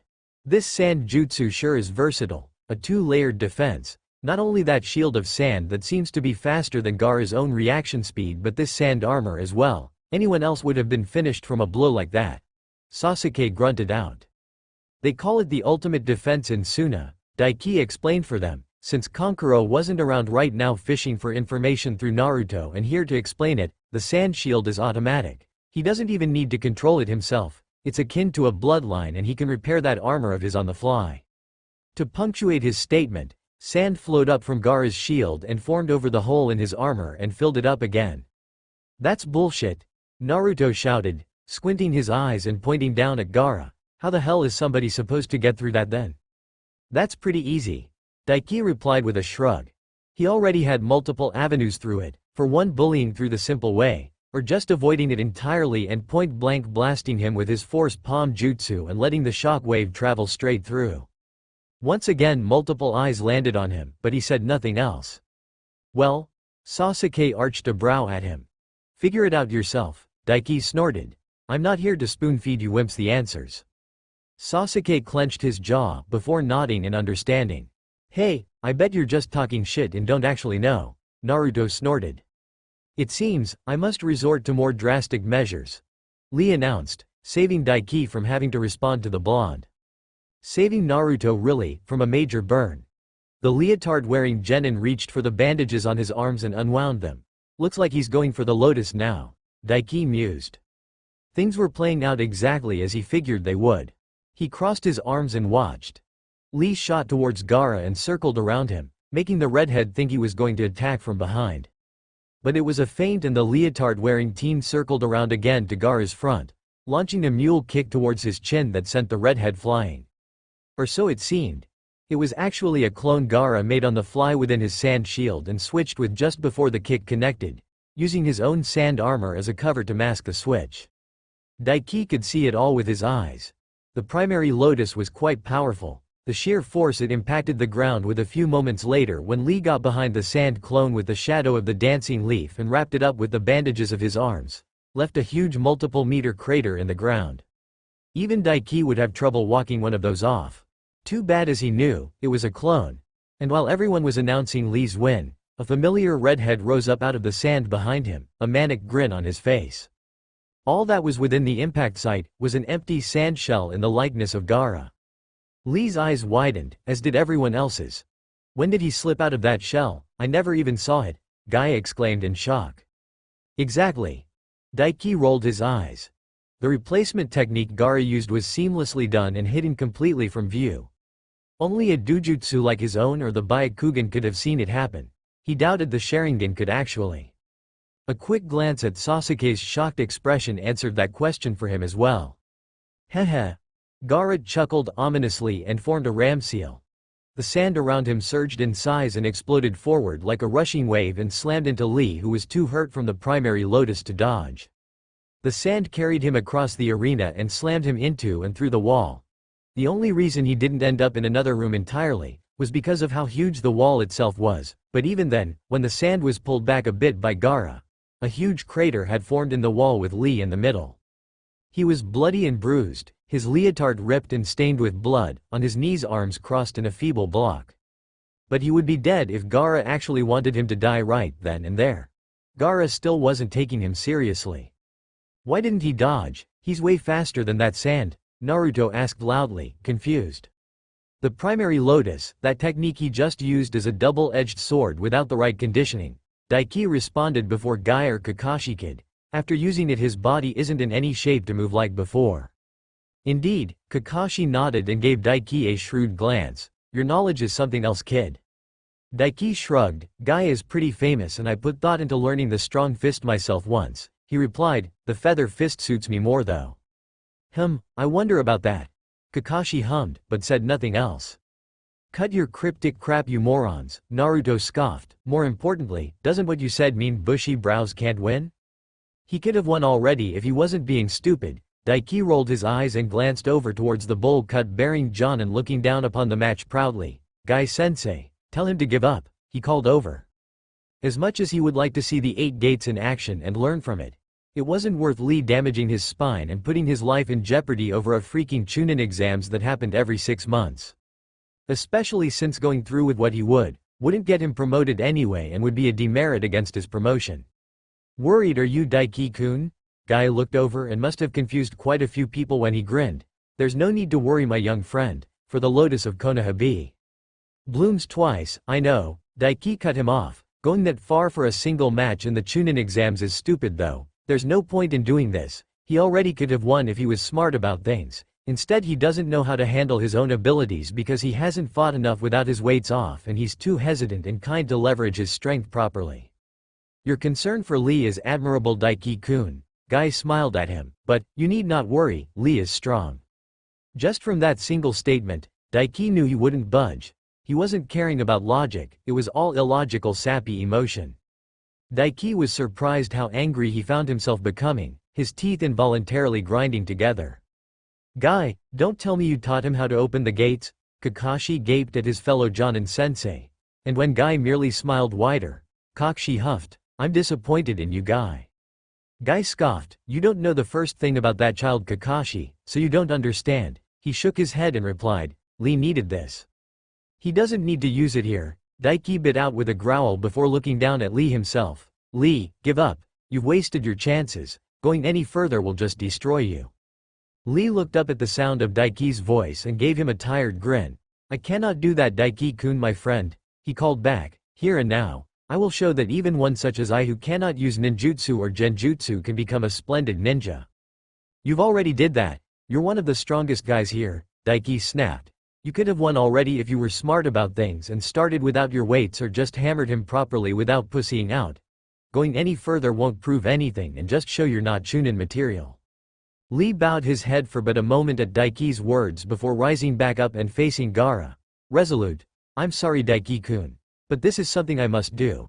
He shut his logic down fully with a single statement. "Your concern is appreciated, Daiki-kun, but one born as talented as you cannot understand Lee." Guy smiled proudly. "That boy has a dream he believes in so profoundly and is chasing it so passionately that he is willing to die for the sake of out." There was no reasoning with these people. Daiki gaped at them both, at a loss for words, his mouth opening and closing, looking for and failing to find the words to reply. This was so stupid. It was admirable to chase his dream so passionately, but risking it all over a fucking Chunin exams that happened every 6 months? Just to beat one person in a fight? A fight that wouldn't get him promoted anyway. "Don't do this, Lee," Daiki almost pleaded. Why was he so invested in this? He knew how it would go. He couldn't wrap around his own concerns, or their own lack of logic. "I must." Lee spread his arms wide and Daiki saw as the chakra within his body began to rush towards certain points, flowing in an almost erratic manner, before rushing up through a certain point located near his brain. Gate of opening. Release. Pathetic. Daiki spat, and before he even knew what he was doing, he was storming away. He got odd glances from quite a few. Hinata reached out to him as he passed by her, but hesitated and let him go by without a word. He left the room behind amidst Lee's shouts as he released one gate after another. He couldn't bear to stand by and watch when such idiocy was taking place. Quite simply, Daiki had to leave the room before he did something stupid and intervened on Lee's behalf himself. That was not his place. Even as thunderous booms echoed from the arena out into hallway and reverberated through the very tower itself, Daiki refused to even look. With his jaw clenched, he ignored everything utterly. "Fucking idiot, winning one fight isn't worth your life. Do others people's worrying for you mean fucking nothing?" Daiki raged internally, fists clenched. It took all he had not to just start punching craters in the walls in sheer frustration. He wanted to go back in there and kick Lee's ass, and then Gaara's while he was at it. Maybe challenge Guy as well and try and beat his ass for being so damn stupidly sentimental and not taking his job seriously. The thunderous impacts didn't last long, less than a minute, and gave Daiki enough peace and quiet for a minute or so to take a damn chill pill and calm himself. Which would have worked if the doors at his side didn't blast open and a pair of medic nin carrying a familiar unconscious leotard-wearing boy out in a rush. Guy hurrying along behind them. "Hang on, Lee," the man shouted. He paused as he caught sight of Daiki though, while the medic nin continued on, carrying Lee away. "Daiki-kun." Guy gave a visible grimace. Was it worth it? Daiki couldn't help but taunt the man. He didn't answer and looked away. Daiki found himself sneering on instinct. He turned his nose up at the man and walked away, heading back into the arena. I used to think he was the best sensei before, he thought. Now, not so much, at least personally now, he knew not what to do. Between Guy and Kakashi, Daiki figured he had a full-on example of what not to do as a sensei and perhaps even a parental figure. There was a stunned silence that greeted Daiki when he made his way back into the large room the prelims were taking place in. The bottom floor, which before the final fight had taken little damage, was riddled with craters, spider web cracks and piles of debris. Many a paled, shock-filled face met his gaze when his eyes swept over the room. Specifically the likes of Ino and Shikamaru, who were amongst the weakest gathered within the room, couldn't hide the disturbed looks they had at all. Such was their shock at the fight they just witnessed. Daiki's eyes roved over to the other side of the room. Specifically, upon the two remaining Sand siblings within the wide-spaced room. Despite the damage done to her clothing and such that had came from her fight with Tenten, there was a wide, smug smirk on Temari's face, her arms crossed. While at her side, stood Gaara, his clothing torn and frayed, yet not a single bruise upon him, an impassive look upon his face. Teal eyes met Daiki's own, sensing his gaze upon him, and Gaara stared back at Daiki, examining him. Daiki couldn't hold back the scoff that erupted from his throat, frustration bubbling inside him. All that big talk about your dreams and using a forbidden jutsu that you couldn't even handle, and for what? To ruffle his clothes a bit? He thought derisively of Lee's efforts. Lee's courage was vastly overshadowed by his own stupidity. If he was deserving of anything at all, it was not a Chunin vest but rather, a Darwin Award. The fool had his whole life ahead of him to accomplish his dream, and he threw it all away for a completely meaningless fight. Of course, the silence didn't last for long. "This is bullshit," Naruto complained loudly. Daiki rolled his eyes as he looked away from Gaara to the blonde, to see him with his arms crossed, blue eyes narrowed into a glare and a snarl on his lips. "They're supposed to be medic ninja, right? How can they not help him?" The blonde kicked the railing. The pole his foot connected with bending, bushy brows was so desperate, he kept saying how much he wanted to fight Sasuke and that Neji guy. "'Cause they're not miracle workers, dumbass." Daiki scoffed loudly, drawing eyes to him. He honestly didn't care right now. Naruto had made himself a convenient target to unleash a bit of his frustration on. "You're back?" Naruto noted in surprise, before shaking his head and growling, "And what's that supposed to mean?" "I've seen those guys heal broken bones pretty easily before. They should be able to heal what that sand jerk did to him." "Moron," Daiki crossed his arms. "It isn't what Raccoon Boy did to him that's the problem. It's what he did to himself. The gates are called a forbidden jutsu for a reason, because of the toll it takes on the body to use them. Lee was just too weak, end of story." "The hell do you say?" Naruto snarled indignantly, uncrossing his arms and tensing his shoulders in Daiki's direction. "Did you see how bushy brows fought? There ain't nothing weak about that guy. Besides, what would you know? You stormed off before the fight was even finished just 'cause bushy brows wouldn't listen to you. And look where he ended up." Daiki shot back. "If he listened to me, he wouldn't be a cripple for life. And for what? To soothe his ego and claim he can fight against the strong. If the moron bided his time until he could handle the gates better, that would never be a problem, but he traded everything for a single meaningless fight against an utter weakling." Weakling?" Naruto gaped at him. And he was not the only one. Daiki didn't bother looking to see who else was shocked by it, but the way Sasuke's eyes widened briefly and how Kakashi furrowed his brows was telling enough. "You heard me," Daiki rolled his eyes. "Gaara ain't shit. None of you are. I could beat every single genin in this room with one arm tied behind my back. The fact Lee would waste his life to try and one-up another weakling just shows how pathetic he is. And the best of it is, he crippled himself with his own jutsu. Gaara literally could have just huddled up inside his sand and let Lee kill himself and show how inept he really is. Laying it on a little thick, aren't you?" Isobu mused. Yet, his Biju partner did not claim he was wrong. Because he wasn't. It was pathetic. There was nothing noble or heroic or even worth admiring about what Lee did. It was just a pathetic waste of potential. This had been building up for a while, to be honest, since the prelims began. From everyone's stupidity about how the Chunin exams worked and what being a ninja meant, to the sheer stupidity of nonsense dreams pushing these morons to even stupider heights. You want to be Hokage? Then learn what being a Hokage actually fucking meant. You want to become a strong ninja with only taijutsu? That was fine. But don't throw everything away for one single fight that meant nothing. Like, what the fuck would beating a single Jinchuriki or not mean in the grand scheme of things in the prelims with a limited viewing capacity? It proved nothing. It's not even as if I can heal him either. Daiki grit his teeth in frustration. He got a good look at the boy as he wheeled past on the stretcher.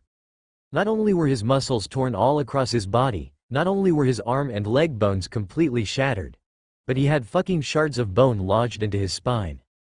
There was a difference between healing someone and surgery, and he'd need fucking miracle surgery to get this bone fragments out. At best, Daiki would be able to keep the moron alive during such an operation, but even then, considering how long such a surgery would take, with how delicate it would be, it would take up quite a lot of life force to do so. Daiki had neither the skill nor the life force available to help Lee. There was multiple spikes of killing intent directed at him for his words, and not just from the Sand siblings and their sensei. Though, none even came close to the roiling wrath directed at him by Redhead on the other side of the room. Blood was pumping in Daiki's ears and his lips pulled back into a snarl as he turned around and glared murder at the Redhead, trying to smother him with his intent to murder him. "You better rein yourself in right fucking now, you damn fucking clown," he snarled, his own killing intent rising to the surface. "I'm not in the mood to play with you right now, so sit down, shut your ass up, or I'm gonna come over there and pulp your skull between my palms." It would be so easy too. That sand armor wouldn't do shit to block his force palm jutsu. He'd just use his heavenly star seal and draw on the first stage of Isobu's chakra, blitz straight through his hand, clap both hands over the idiot's ears and unleash a pair of force palm jutsu and pulp his brain from both ends. Calm down, Daiki, your frustration and temper are getting the better of you. They aren't worth getting worked up over and ruining your plans, Isobu cautioned gently. Daiki took a deep shuddering breath at his companion's words. He was right, but it was oh so hard with how childish and naive these people, his friends even, were. Which is why it annoys you so much, because their lives aren't something easily replaceable, Isobu replied lightly. Ah. Enough. The Sandame's voice was calm and level, yet somehow seemed to echo with a thunderous ruling force. The killing intent spread throughout the room, sputtered and died instantly in the face of the authority inherent through his voice. Naruto scowled at Daiki one last time, but didn't speak up. Even he knew better than to really go against the Hokage's command. The arguments were put to an end, and before long, all of them were directed down to stand in a line in front of the Hokage. And by all of them, he meant all 9 of them that had passed the preliminaries, Daiki himself, alongside Naruto, Sasuke, Shikamaru, Hinata, Neji, Temari, Gaara and Stretchy Guy, Kabuto's teammate. Daiki honestly couldn't remember his name, nor did he care. He was a traitor anyway. Daiki eyed him speculatively out of the corner of his eye. I should take care of him in advance, he mused. It would make the third round of the exam move smoother and he could rip some information out of the mont's head. Like the location of some of Orochimaru's bases, and perhaps how his jutsu was used.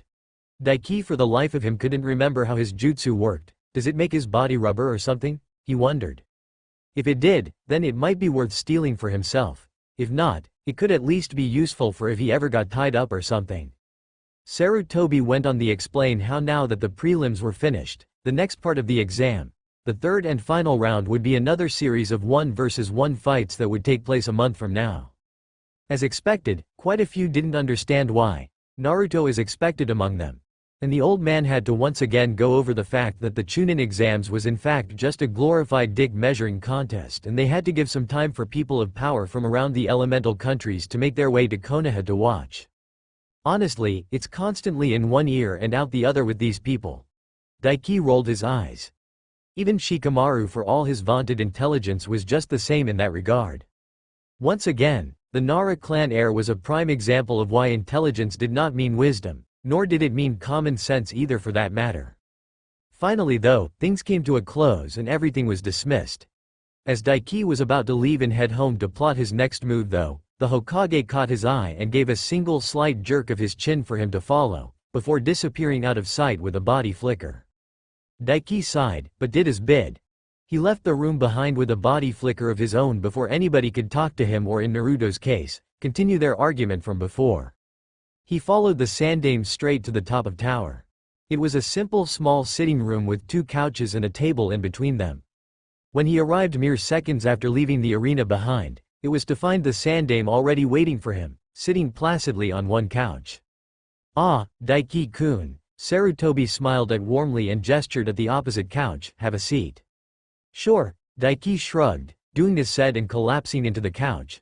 He didn't even bother sitting on it. He just lay straight across it and propped his head up on one arm. So what's up? He asked.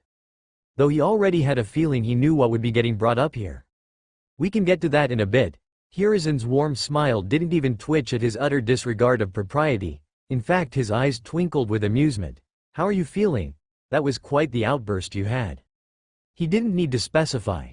It was obvious he was talking about how pissed off and frustrated Daiki was about Rock Lee. Lee pissed me off with his utter stupidity, Daiki shrugged. Guy should have had the common sense to stop him and not encourage him. Now unless Tsunade comes back, he'll be crippled for life. And call it him being petty.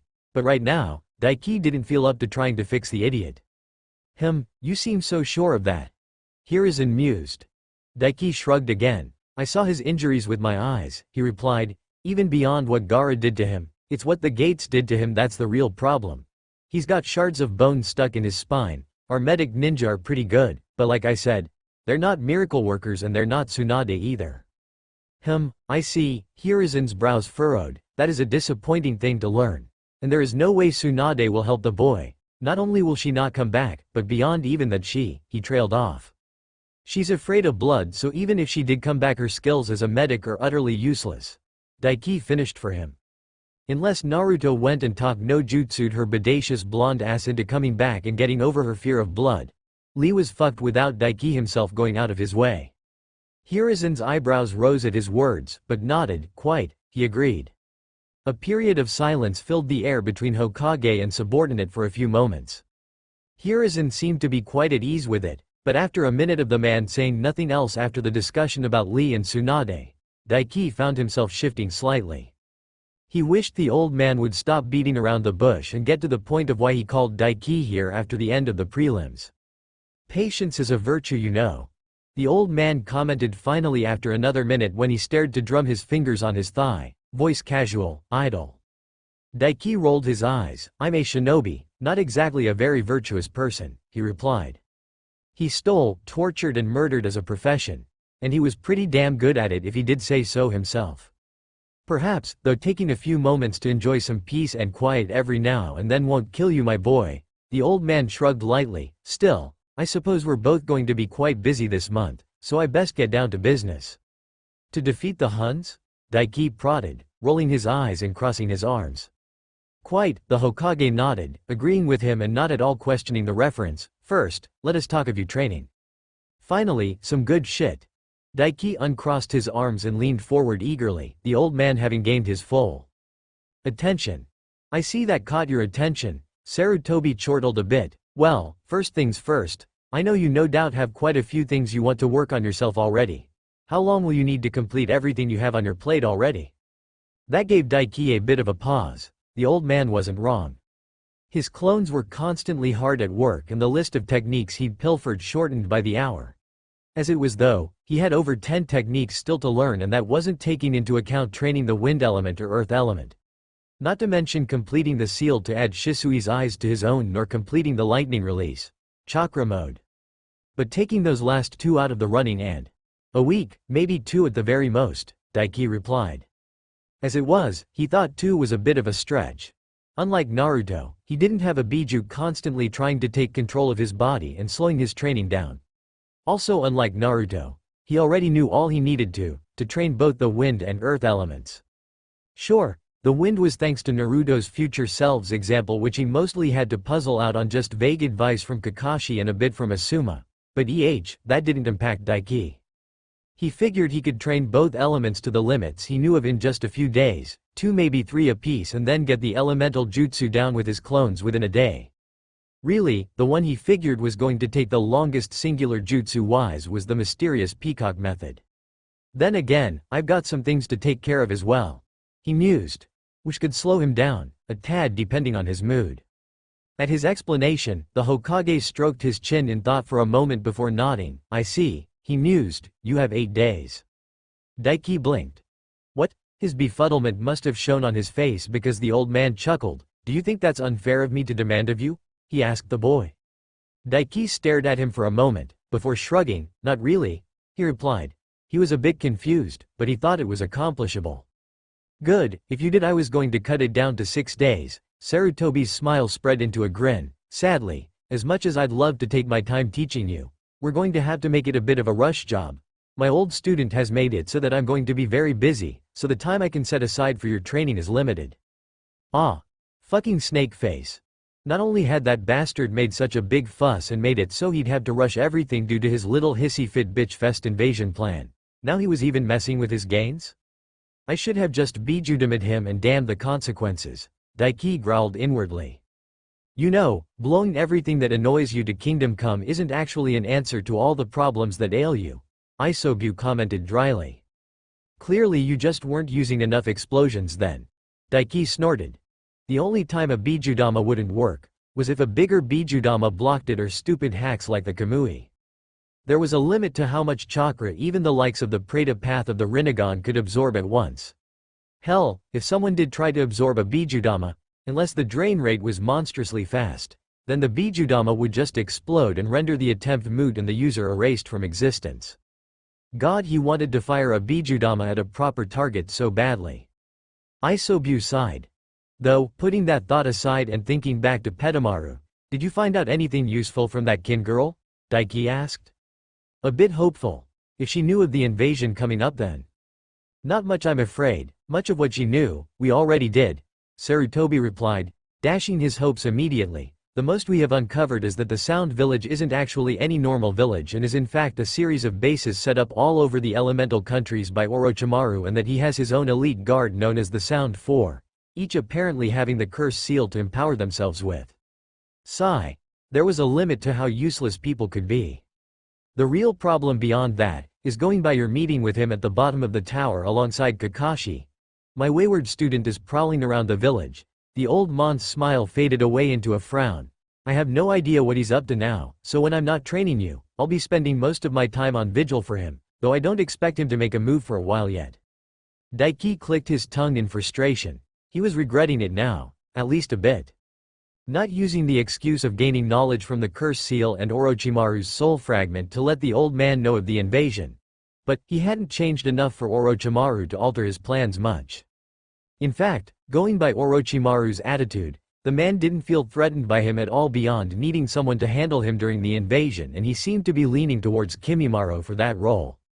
Nobody Daiki couldn't handle. He'd be tough as all hell to put down, but Daiki didn't feel too threatened. He'd prefer if it were Kabuto. Honestly, he would be even easier to deal with. The biggest problem to deal with would be Gurren if she got called in, but Daiki doubted it. Come the end of the Konoha crush, he wouldn't be able to have a handle on things at all, so he wanted at least to use that to his advantage before it came to the real movers and shakers. Orochimaru, for all his abilities and genius, wasn't a true big fish currently. He was just hard to kill, like a cockroach. Without a body able to handle senjutsu, he'd never become as big a threat as Obito, Nagato and the like. Granted, Daiki wasn't a big fish himself currently without Isobu's help, but still, it was regrettable he couldn't have things entirely his way. But then, he was pretty much used to that at this point. Everything he had now was due to his own plans, back-breaking effort and his own guts to see his desires through. Sure, he had the memories of his other life that were truly the biggest help of all. But without the guts and will to go through everything he had, they would have been useless to him. Thankfully, I've recalled Jiraiya and he should arrive by tomorrow morning. Sarutobi broke him from his thoughts. Orochimaru might be able to hide from my scrying through the barrier over the village thanks to his intimate knowledge of the village, but with Jiraiya around he won't risk sticking around and the possibility of a confrontation with us both. Daiki blinked. Wait, is that how your crystal ball thing works? He asked. He remembered there was actually a little debate among the fans about how the Mon's spy no jutsu with that thing worked. My scrying jutsu? The old man asked and Daiki nodded. Yes, actually. My crystal ball is linked to the barrier formed by the barrier core over the village, and with it I can more or less look over any part of the village. Well, wasn't that interesting? Not that I actually need it considering I can see anything in a 10-mile radius if I want, but still pretty cool, he thought. He wondered idly who came up with the idea for it. Now, moving on, Sarutobi waved his hand and sat up fully and stared into Daiki's eyes seriously. And it was quite a testament to the old man that he hadn't been serious at all when discussing Orochimaru. Beyond Orochimaru and our upcoming training, I have something I wish to discuss with you. Something more serious than Orochimaru. Instinctively, Daiki found himself straightening up out of his slouched position as well and giving the older man his undivided attention. Madara Uchiha. The Hokage said simply. And involuntarily, Daiki found his senses sharpening and his breath freezing in his chest. Or, at the very least the man claiming to be Madara Uchiha. Sarutobi continued. I have not been idle since you let me know of this man. Doubtless you already know, but before Naruto, there was another Jinchuriki of the Kyuubi in the village. Years ago, someone interrupted a specific ceremony and released the Kyuubi from her seal and summoned it into the middle of the village. The older man let that revelation hang in the air for a few moments, staring at Daiki, gauging him for a reaction most likely. Daiki shrugged. Obviously, he replied, I looked into the Kyuubi quite thoroughly for reasons I'm sure you understand, and there were no historic sightings of it attacking anyone or anything since the battle between the Shoden and Madara Uchiha. And considering Hashirama Senju won that battle, it's obvious he had the Kyuubi sealed after it. The funny thing was, he wasn't lying at all here, just omitting some of the truth. Anyone with half a brain and knowledge of the Biju and Jinchuriki would come to this conclusion. And it was obvious if the Kyuubi just randomly appeared in the middle of the village, then it must have either been summoned or broken free of its prison. Good, it means I won't have to go into too much explanation on the how or why. Sarutobi's lips quirked up into a small smile before it was replaced once again by a frown. Simply, I'm going to put this out here. That night, this man claiming to be Madara Uchiha not only got into the village and killed many of our skilled shinobi and extracted a biju without anyone able to stop him, he was also capable of holding back the Yondaime Hokage, the events of that night leading to his death. Daiki said nothing outwardly, though inwardly he couldn't help but roll his eyes at how pathetic Obito was. Literally causing the death of a man who was like a father to him, his wife who was always looking out for him, and then trying to kill their newly born child, just because his crush that never returned any of his feelings died on a mission as a kunoichi. Honestly, he was like a stupid, pathetic, mentally weak child that couldn't accept the reality of the world. People lived and people died. Honestly, he was just throwing the world's biggest tantrum really. I will be blunt, I am not as strong as I once was. Age has taken its toll, Sarutobi admitted. I don't believe I have the strength necessary nowadays to defeat someone capable of what this fake has done. As much as Daiki would like for that to be wrong, he knew it wasn't. Obito was capable of fighting not just Kyuubi mode Naruto, but him with Kakashi and Guy backing him up. Daiki knew the weakness of Kamui, but even with that he wasn't confident in their ability to defeat Obito currently. Whiny man-child he might have been, but Uchiha seemed to get stronger the more they cried about how unfair the world was and blah blah melodrama blah blah. With your potential, you very well may surpass Minato and myself given enough time.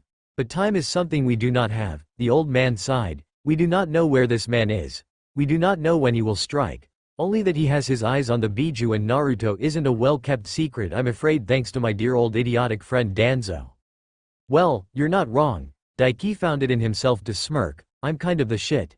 Gimme 3 years and I'll be way stronger than you or the Yondaime. Maybe. Honestly, he was sure he could reach that level at least. But Madara and Hashirama's level? That was where the doubt festered. Madara was a fucking monster capable of beating down Biju mode Naruto, the 8 other Biju, Gaara and Sasuke at the same time. Without his fucking eyes. That guy was a freaking monster. And Daiki was terrified of fighting him. Even with Biju mode with an amped up Isobu. Even with the Sage mode. Even with the Sage transformation. Even with Shisui's Mangekyu. He didn't think he'd be even close to Madara Uchiha's strength without his eyes. Never mind with his Rinnegan or God fucking forbid 6 paths Madara. Quite frankly, if Madara wasn't betrayed and ganked by Kaguya, then he highly doubted Naruto and Sasuke could have beaten him. In fact, if 6 paths Madara fought Kaguya, he was sure Madara would have stomped her ass silly and made her his bitch. Well, we'll see in time I'm sure. Should we have it? Sarutobi rolled his eyes in amusement. Still, the reason I bring all this up is to make sure we have that time. Daiki raised an eyebrow. And how will you do that? He asked, unless you've got a hyperbolic time chamber hidden in the Hokage mountain or something? Sarutobi gave him a queer look, but didn't comment at all on his quip. While quality is always appreciated, quantity has a quality in of itself and there is strength in numbers, he stated. What we need are allies. Powerful allies. Especially with how strained our relations are with Suna. We barely avoided war after the Kyuubi attack when we were weakened with the loss of Minato and many of our shinobi. The only reason we did was thanks to Minato himself doing a number on Stone and Cloud and the sudden loss of the third Raikage. Allies are good. Daiki nodded and said nothing more. After all, it was a given they'd never be allied with Stone or Cloud. Quite, Sarutobi grinned lightly. Cloud are constantly gathering more strength and Stone will look for any chance to undermine us. Our alliance with Sand is shaky at best, which leaves only one. Say what? You can't be serious. Daiki gave the older man a deadpan look. Oh, but I am. Sarutobi's grin widened a bit. How though? He asked, gaping at the man and utterly lost. I've kind of got one of their biju stuck in my gut and prancing around like a peacock with a set of their most treasured weapons. So you're aware that you prance around that a peacock, interesting. Sarutobi stroked his chin and mused. He was fucking with him, wasn't he? How the hell would we even manage that? Daiki goggled at the man. Last he checked, most shinobi villages weren't exactly happy to part with a biju and legendary set of chakra weapons. Not to say he was against it. He would happily team up with the foxy babe that was Mei Terumi. He just didn't see how it would be possible without handing over his swords and evicting his buddy and then dying in the process. "Ah, I think you're misunderstanding something." Sarutobi's eyes were positively gleaming now as he corrected Daiki, "Not we, but rather, you. The fuck do you put in that pipe you're always toting around, old man? That must be some good shit." Daiki gave him a dry look. "I get it imported from Kusa actually," Sarutobi replied without missing a beat. "To be exact though, I'm being fully serious here. Think of it as a test. Making an alliance with a village that will be raging mad at me in particular because of their shit that I've yoinked, is a test?" Daiki was not following the logic. Honestly, he was about ready to try and dispel whatever funky genjutsu he was in. Had he already lost and was in the infinite Tsukiyomi? Well, that sucked. Indeed, Sarutobi's grin was practically reaching shit-eating proportions now. "There is no doubt of your strength for the Hokage position, but others are still in question. I would like to see how you approach a situation like this. Thus, I will assign you this S-rank mission to meet with the Mizukage and gain an alliance with the village hidden in the mist." Daiki just stared blankly at the man. That was near impossible, to be honest. It would be one thing if it was something approached in the original timeline, but here and now, when he had the Kiba blades and Isobu, they weren't going to be happy at all. "Of course, this is not a mandatory mission." Sarutobi spoke up, breaking him from his thoughts before he spiraled into them. "You can choose if you want to partake in it or not." He could choose. What do I do here? He bit his lip. The most logical thing to do would be to turn it down. Everything was against him here. What could he even do to convince them? They were actually loyal to Yagura initially and knew of the genjutsu. It's how he died if I remember right, after it got dispelled. They might be grateful for confirmation and a common enemy might get some begrudging acceptance. Begrudging wasn't a good standing point for allies though, it was shaky and liable to end in betrayal. Granted, there was Kabikirabocho, Zabuza's blade. He knew where it was and could return it to them as a gift as well. And he did know where a few others were, or at least who had them. But that still didn't seem like a lot. Granted, using my story about Raiga trying to use Isobu could work my favor as well, since he was a traitor to their village, and make it look like me becoming a Jinchuriki was a necessity. His mind whirled in circles, all the while the Hokage and his new sensei just watched him in amusement. Who knew the old man was such a prick? Fucking Hokage bullshit. He knew it would fuck him over, he just didn't realize how soon it would do so. In the end, there really was only one option for Daiki to choose. He accepted the mission. A half an hour later he found himself walking through the streets of Konoha on his way back home. He could have made it back within less than a minute if he wanted, but he was in no rush at the moment and his thoughts were heavy. Maybe accepting it was the wrong choice? He mused, stroking his chin in thought as he absently walked down the street, anyone in his way giving him a wide berth instead of getting in his way. He didn't make room for other people, they did it for him. Still, could have accepting the mission been the wrong choice and the true basis of the test? Perhaps the old man testing or not if he had the maturity to not choose something beyond him? Neither could have been the right or wrong choice even. He mused. In the end, all that really mattered was results. If he actually made something of his choice, then it clearly wasn't the wrong answer. Daiki sighed, rubbing his forehead. Tricky shit like this are a pain in the ass. I'd much rather just fight head on instead of subterfuge, he huffed. If it helps, I think you made the right choice. Isobu consoled him. While it isn't exactly playing it safe and comes with risks, the rewards outweigh them, and on top of that, accomplishing this will go in your favor as far as merit goes. Besides, you will be the one negotiating from the point of strength and with the advantage and have much to offer them. Not only can you use your made-up story about Raiga to your advantage and return the Kubokirabocho, you also know where the remaining lost blades are, and Kiri itself also has something of your village as well that isn't any lesser than the Kiba blades. Daiki paused. That was right. He did know where the remaining blades of the 7 swordsmen were. Kiri still had one, Kisame had one, Daiki had one and would return another, and he knew exactly where the other 3 were. Orochimaru had them. So it would be in their best interest to ally with Konoha if they wanted to see them again. On top of that, Ao had the Byakugan. While personally Daiki felt the Kiba blades were far more useful than the Byakugan, and it especially didn't even come close to Isobu, the Byakugan was still highly regarded as one of the 2 best dojutsu in the world currently. And Kiri had stolen one. I can work with this, he grinned. He nodded to himself and picked up his pace, walking a bit faster towards his home, his worries easing up a bit. Things were so much easier when you realized you were the one in the position of strength.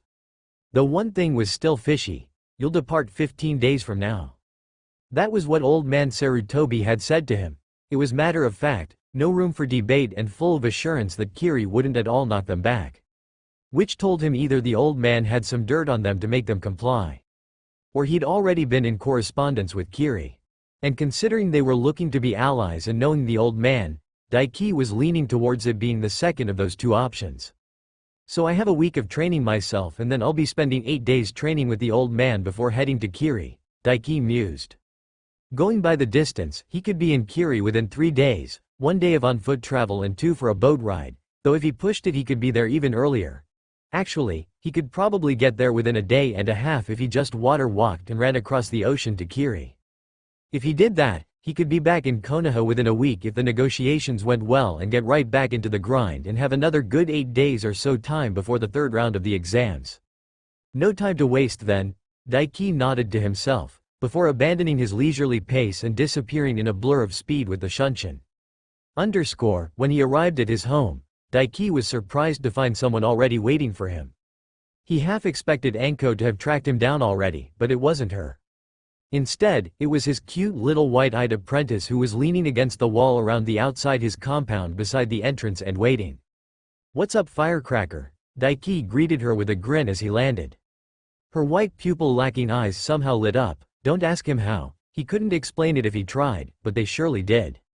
As expected of his cute little apprentice. "Iniki." Hanabi greeted him with a nod, a small smile appearing on her face that she quickly smothered a moment later. Not fast enough to hide from his truly glorious eyes though. He ruffled her hair, getting a pout from her that was quickly hidden as well, before he opened the gate to his home. "Come on in." He waved at her off his shoulder, gesturing for her to follow him. He led her inside and sat down on one of the benches inside the outer garden and gestured for her to take a seat beside him. "So what brings you here?" he asked her. "You told me to come find you after you returned from the Chunin exams," she replied succinctly, sitting down beside him. He did do that, didn't he? Though he wasn't exactly expecting her to turn up literally within an hour of the exam ending. Well, he could respect the hustle. "I did, didn't I?" He nodded. "Though if you've come this fast, I expect you've made some progress then?" "Yes," Hanabi replied simply. "I am now capable of summoning the giant tiger to my side, though it uses up almost all of my chakra to do so." "Good on you." Daiki laughed, actually quite delighted by the news, and pat her on the head. Sure, the tiger wasn't all that strong prior to the summoning contract, only about as useful in combat as a standard chunin, and the chakra amount would reflect on the strength and power of the beast. But considering Hanabi was 11 and still had a year or two before she graduated, it was a pretty good feat. He could easily make this girl as strong as a jonin at this rate by time she graduated, especially since summoning was such a highly chakra-intensive jutsu, and using it over and over again with her summon to deplete her chakra quickly would make her chakra capacity grow all the quicker. Hanabi, despite the cold front she tried to put up, was unable to hide the small pleased smile that spread across her lips at his praise, and ducked her down a bit to look at the ground and hide her face from him. He chuckled, mood easing up. He'd been in a pretty bad mood up until now, he wasn't going to lie. Not only from Lee and Guy's stupidity and his new pain in the ass mission, but also because he'd learned from Old Man Third that the rock humper prick that murdered him before had left the village already. Once he found out his team had failed to pass, he hadn't bothered sticking around. He'd been tempted to chase the man down, but thankfully his apprentice was here to cheer him up. "So, how are you getting along with the tiger?" he asked. "Actually, have you named her yet?" "She attacked me the first time I succeeded in summoning her," Hanabi admitted. "The father was overseeing my attempts at the time and so easily rebuffed her. Since then I have managed to get her to at least listen to me, and no, I have not named her." Kind of expected, since it was me who kicked her ass and not you the first time, and her strength will be growing already," Daiki mused with a nod. "Still, you're on the right track. The best way to make friends is to kick their asses and show them kindness after that. Establish both your dominance and your compassion towards them in the same breath. It also works on attracting women." Everyone was attracted to power. They feared and coveted it. It was just a basic instinct that all living beings shared. Their very first instinct, after all, humans included, was survival, and the more power one had, the easier it was for them to survive. And if one could not obtain such power, the best option beyond that was to attach themselves to someone who did have that power, and women had an advantage on that front if the one with power was a manly man such as himself. Sure, there was a lot more factors to things like that, and it was generally those of lower character that resorted to things like that, those that lacked sufficient courage and willpower, but he wasn't one to overlook an advantage like that. If women wanted to throw themselves at him because of his strength, he would happily accept them. If they were hot, and for a time before he kicked them to the curb, because few of them would be worth keeping. Why would I want to attract women? Hanabi peeked up over his hand to give him an odd look. I'm a girl, she pointed out. I don't judge. He shrugged. Which was a lie. He judged people quite often, without shame. But he had to be a positive role model for his cute little apprentice. Hanabi's odd look did not fade, but she said nothing and just sighed before changing the topic. So what should I do now? She asked. Training, the grind, the most holy of all topics. Keep up your summoning of the tiger, try and do it every day and exhaust most of your chakra as possible each day and name her. Establish a good relationship between you both, he replied. Beyond that, you don't need my help with taijutsu since you train with your father on that side of things. Though on that note, do you know your elemental affinity? He asked. I do, Hanabi nodded. Father had me tested for it as soon as my training began when I was young. Though it is frowned upon in the clan to use elemental jutsu, to reach Jonin status it is a must-know and as such something all within the Hyuga clan have tested as soon as they begin training from a young age. That was interesting. And chakra conductive paper wasn't exactly cheap. He knew, he'd checked. As expected of the Hyuga clan, though, he supposed, the now most powerful clan in the entirety of Konoha with the death of the Uchiha clan. Good to know, Daiki hummed. So what's your affinity then, Firecracker? He questioned. My affinity is of the lightning element, Aniki, Hanabi replied. Daiki blinked, before grinning. Well, isn't that a coincidence? My first natural element was lightning as well, he replied. Must be fated that you became my apprentice. Or would have been if that dirty bitch Fate actually had the tits to mess with him. But she should know better, lest she get a Bijudama up the ass. Yes, threaten one of the possible omnipotent forces of the universe if they do exist. Such a smart move. I am in awe of your genius. Isobu commented dryly. Didn't you say fate doesn't exist? Hanabi questioned with a snort. I did, and I stand by that. It was just a joke, Daiki responded, before grinning, menacingly. Besides, if fate did exist, she'd keep her distance from me, cuz if she tried to get funky with me I'd make her my bitch. You're such a weirdo, Aniki. Hanabi rolled her eyes, but was unable to hide the small grin that appeared at his words.